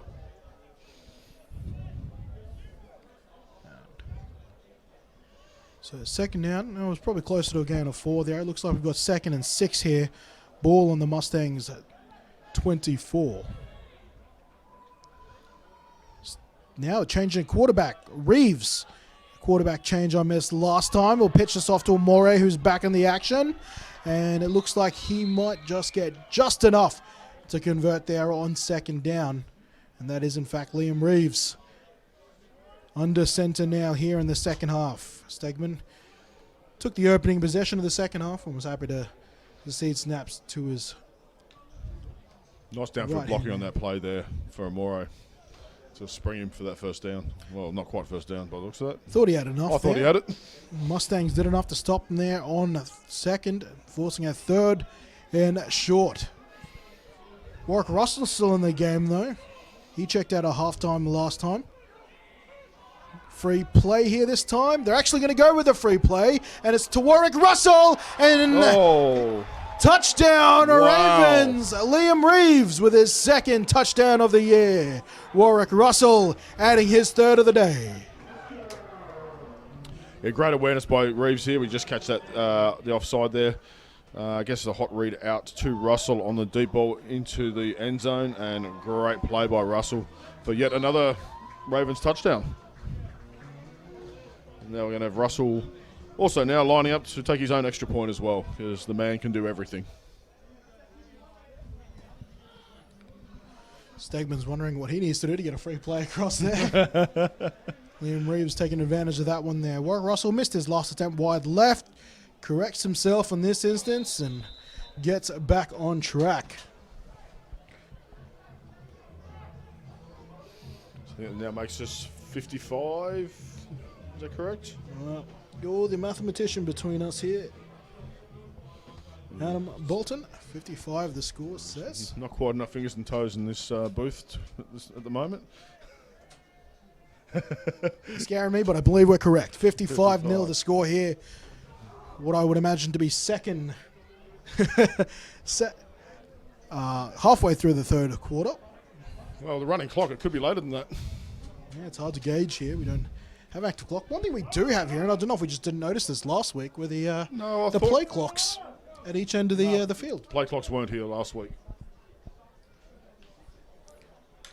So I don't know if it's both sides of the field there. So quarterbacks greatly appreciative of having something to ascertain the time left on the play clock as Bessie launches this downfield, kicking exactly to the same spot. Pine, another kick return coming his way, wants to cut it back to midfield, bounces it back out to the left hand sideline there, and that'll set up shop for the Mustangs offense here around their own 21, maybe 2-yard line. And plenty of work for Pine today on the offense and also in the return game.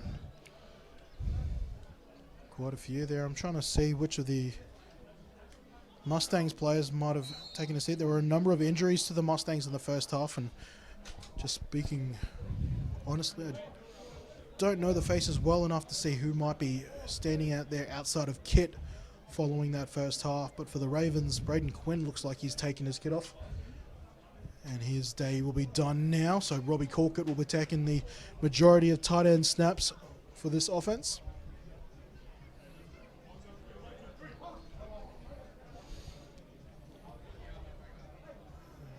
That will be the end of the third quarter, I should say, as well as the two teams swap sides. So we knew we were somewhere in the second. In fact, we're right at the end here. And I'll take this opportunity once again to thank the sponsors of this joint broadcast, First on Fruit and Morningside Feast on Fruit, as well as Anytime Fitness, making healthy happen, and Rod's Meadery in Gumdale, providing the meat raffles here for the Ravens. And, of course, once again, the University of Southern Queensland being the primary affiliate for this Mustangs outfit.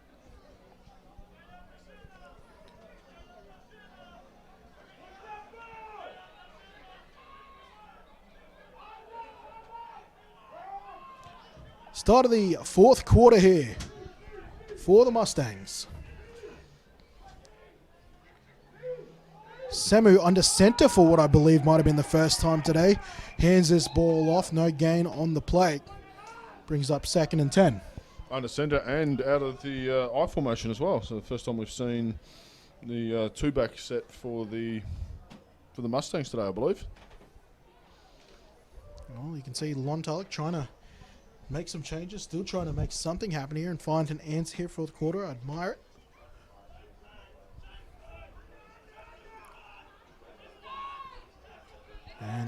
coming in to play fullback here is that, well, two people we don't have the names of, 51 and 11, the no-name backfield.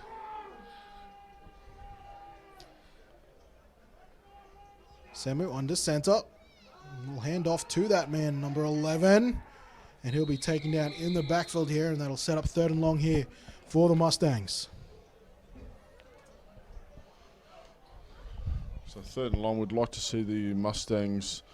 So they're going to stick with that 5 formation. Well, that looks like the fullback is going off. Seeing if we can just some sort of play action pass or something happening to take a deep shot, or at least give them something to work on for the pass game in the coming weeks. So lining up here 3rd and about 12. And looks like we've got twins to the right. A single receiver to the bottom of the screen here.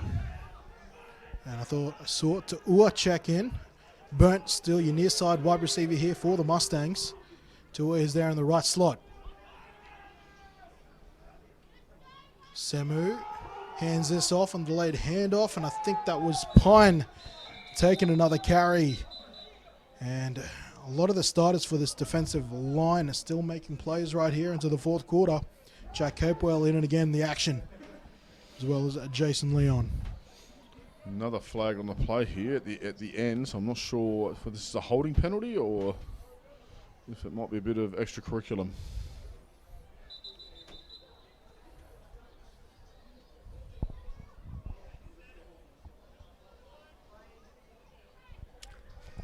And it was holding on the offense there, but given the stuff at the line, the Ravens declined the penalty, and they'll take the down instead, making this a 4th down situation here for the Mustangs. See if Ciali is sent back on the field to punt this away. I think that is the case.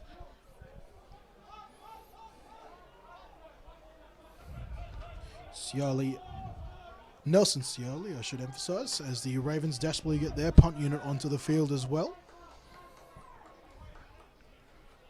Oh, no. Well, that punt went dangerously over the head, over Nelson Ciali's head, but the play was blown dead.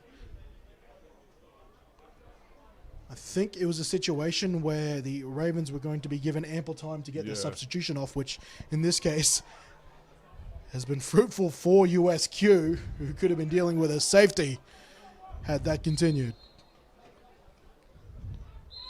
So 4th down and a timeout now to USQ here. I think that's their 2nd timeout of the half. I'll use another Looks opportunity. like the offense is coming back on. They've changed their mind, have they? So they're sending the they defense have. back on the field. I'm going to use this timeout to, once again, thank First on Fruit on Morningside, Feast on Fruit, as well as Anytime Fitness, making healthy happen. And Rod's Meadery in Gundale, and the University of Southern Queensland on behalf of the Mustangs here in this joint broadcast. Week 2 in Gridiron, Queensland. Mustangs at Ravens. Your score here towards the top of the 4th. Ravens 56, Mustangs 0. Big day for Jared Stegman, who's now resigned to an OC role here for the rest of this game. Liam Reeves in a quarterback, getting ready to come onto the field here following this possible defensive stop. The Mustangs looking to keep this drive alive here on 4th and 13. Samu has done this before, will circle back at his own 1 now, is under so much trouble, will dance with the sideline and dish this ball away. He might have been out of bounds when he did it. He hopes he is, because it's a matter of 1st and goal or 1st and 10 from the 22. I think they're going to say he got the ball away here. So the Ravens offense will come on just shy of the red zone here in the 4th quarter. Yeah, definitely looked like a broken play there. And looks like you're right. They have, looks like they've spotted that as he was out of bounds. He must have been out of bounds. Well, I think that's where a little bit of the inexperience might have been, and the youth and the extra zeal might have come to display here for Samu there. Can't blame the kid for making something happen. But here's an opportunity for some of these defenders to make some plays here with the backs against the wall. Reeves throws out left there to Amore. Amore bounces off his left leg and will be taken down inside the 5. really like what we've seen in these first 2 weeks, Kenny, from Reeves as the number 2 quarterback. Certainly shows a bright future there for the Ravens, or gives them some options as well. Yeah, and these 2 big wins so far, that particularly early in the game, has allowed them to get some valuable snaps at second string, a luxury that not all backup quarterbacks usually get throughout a season. Reeves back in the game. Amore to the right-hand slot. Bessie outside him on the line. And Reeves wanted the ball here, and I think this will be a false start against the Ravens. But you're right there, Kenny. I think with these sorts of games where you get the opportunity to get your younger players out there and the backups to get some reps, it's always important. It's a long season.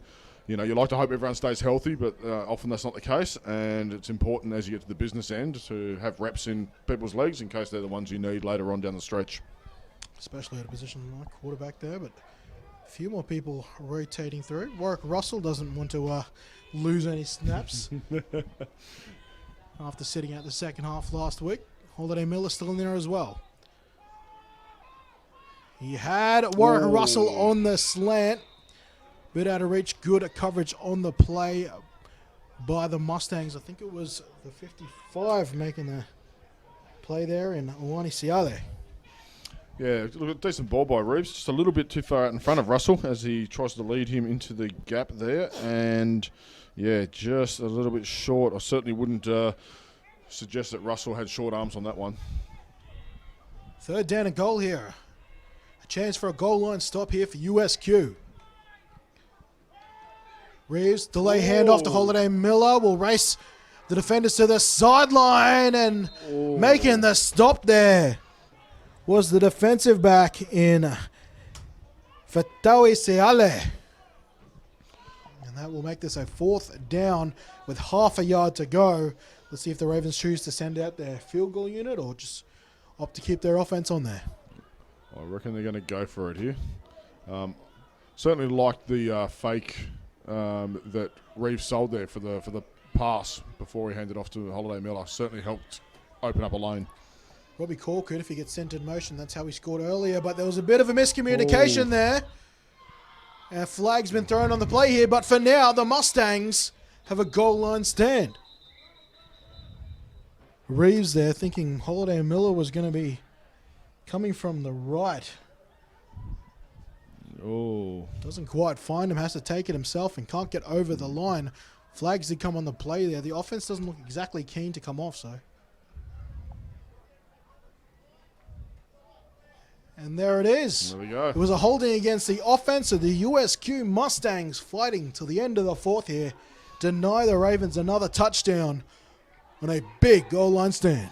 Hey, that's a tough position to make a stop at the best of times, let alone against an offense like this. So that's a big, big win there for the Mustangs, and that'll certainly help them with some confidence and moving into the rest of this season to show that, hey, you know, we can still mix it, albeit in the small sample sizes, but hey, we're building something here. We've got something we can work on. That's exactly right. And that's the sort of stuff that you'll remember next week. You want to prove that you can do it. But the downside to this, they'll be taken over in the shadows of their own goalposts. Not even their own one. That was at the high line that last play. So they backed up right on their own goal line here, trying to avoid giving up a safety. Semu will return back to the shotgun with that man number 11 flanked to his left.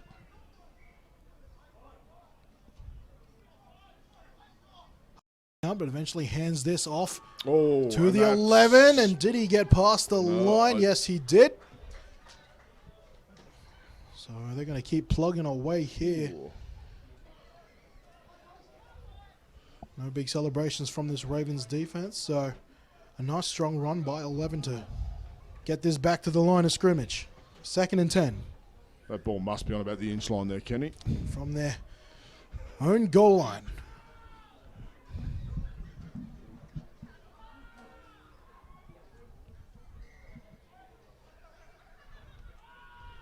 Couple of receivers either way. 2 to the right here for Samu. Burnt lone receiver onto the left.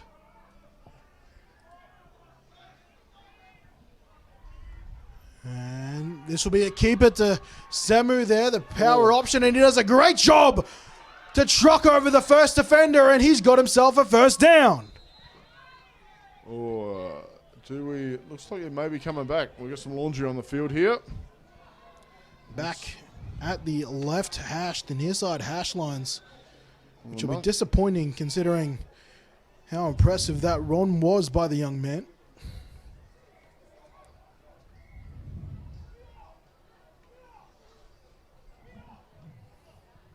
And he's young. I think if he's just coming out of the Colt system, he'd be about 19 years old.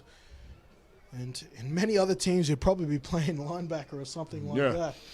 But the way he runs, not afraid of contact, will lower that shoulder and do what it takes to try and get that first down. I've liked what he's shown us today, Kenny, in terms of not just his ability to make plays with his legs, but some of the passing attempts and stuff he's had. And you just look at that, you look at his run earlier, you look at some of the success they've had with their running backs on the inside of the field. Wouldn't you love to see them add something like the veer to their offense, just with the way that they built big offensive line, some hard running backs and a quarterback who can get to the edge? That'll be obviously something Lon Tulloch in her offense will, I'm sure, consider moving forward. It's a young season. Right, so I think we end up having a unsportsmanlike penalty there against the Mustangs, which is why we've backed it. Still got the first down, but have backed it up. So it happened after, I'm assuming, probably something in the lines of taunting, I'm going to guess. But they've got themselves a first down and somewhat out of trouble now. Samu identifying people at the line. And we'll hand this ball off. Now I'm going to possibly guess. Now, we haven't seen his name, and I also haven't seen the 24 out on the field. I'm going to maybe guess that the 24 could be the other running back we've heard about, which is Giraffe for Molly, who was wearing apparently 24, at least given on the team list. And I was told their running game was a two-headed monster between Pine and For Molly. But For Molly I was led to believe was wearing number 24. It would make a lot of sense if it was a jersey switch, and that was him right now.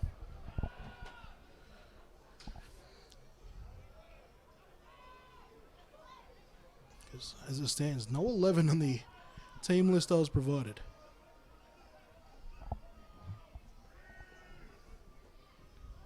Second down and 10. It'll be another give to that man in jersey number 11, and this will set up third down and 10, maybe 9 here for the Mustangs. Yeah, it looks like we had might have been a slow snap on that play. Sort of seemed to affect the timing of the play a little bit, but credit to the Ravens defense who, once again, showing your athleticism, getting to the ball very quickly there. A lot of starters still out there for the Ravens defense, so they seem fairly content to see this one out. I think we might have an injury stoppage here.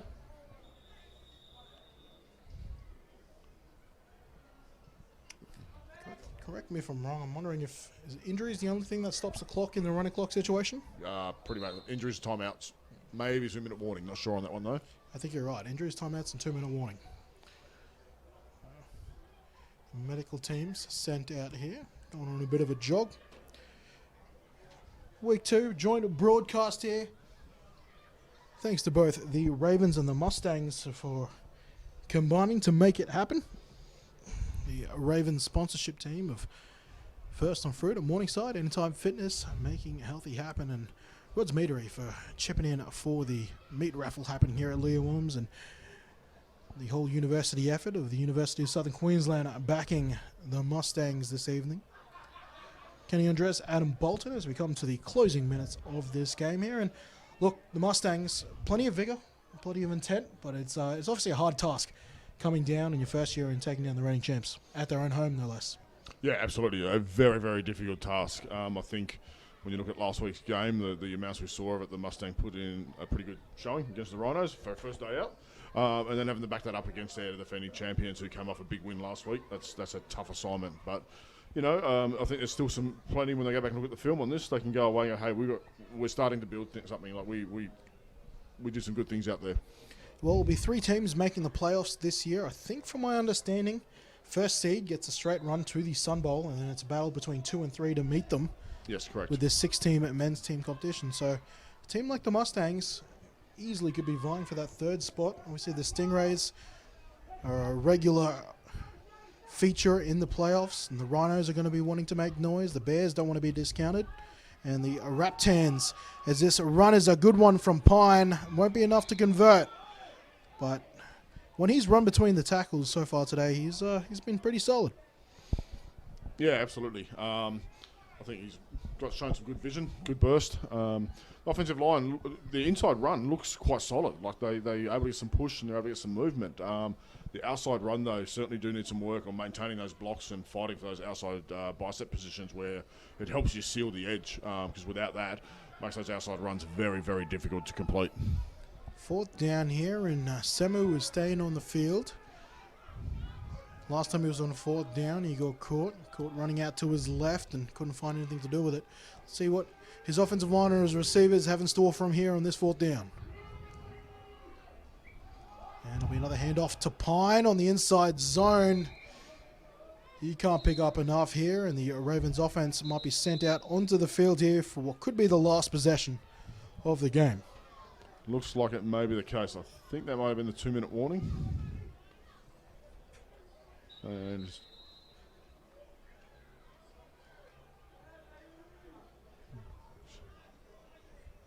so there we go, 2-minute warning. Yeah, usually they do the old 2 in the air there. Just give me a timeout. Give me a timeout signal here, but we will use some common sense here and assume that's a 2-minute warning. So Ravens with a chance with a lot of their seconds getting some time here, the opportunity to add another touchdown on the board.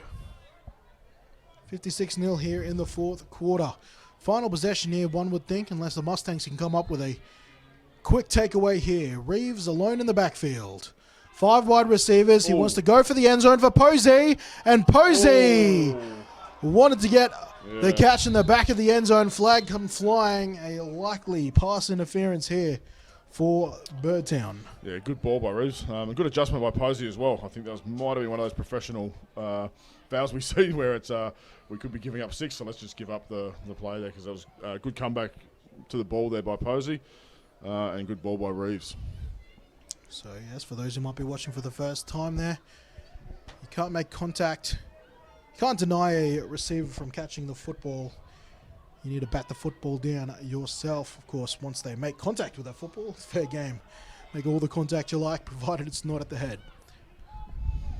So, with that penalty enforced, it'll be 1st and goal here for the Ravens.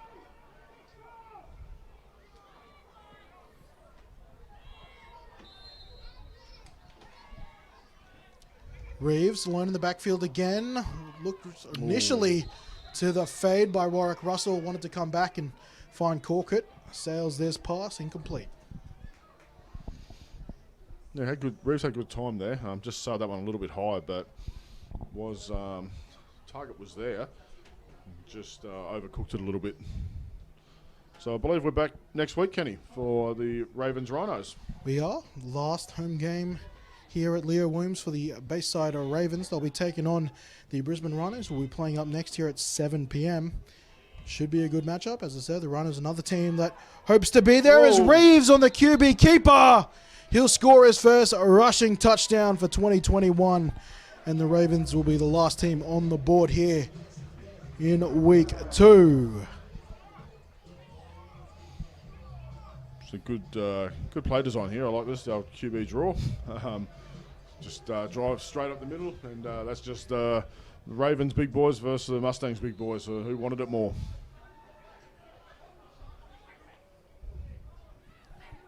Warwick Russell back, only missed the 1 kick so far today.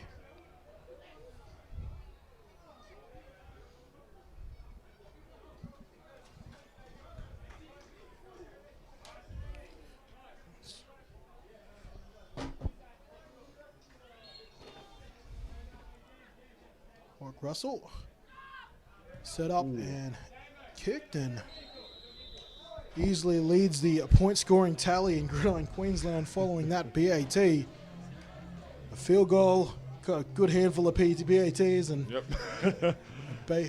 half a dozen offensive touchdowns to his name. Yeah, it's an incredible start to the season for Russell, and both on offense, special teams. that is the end of the game.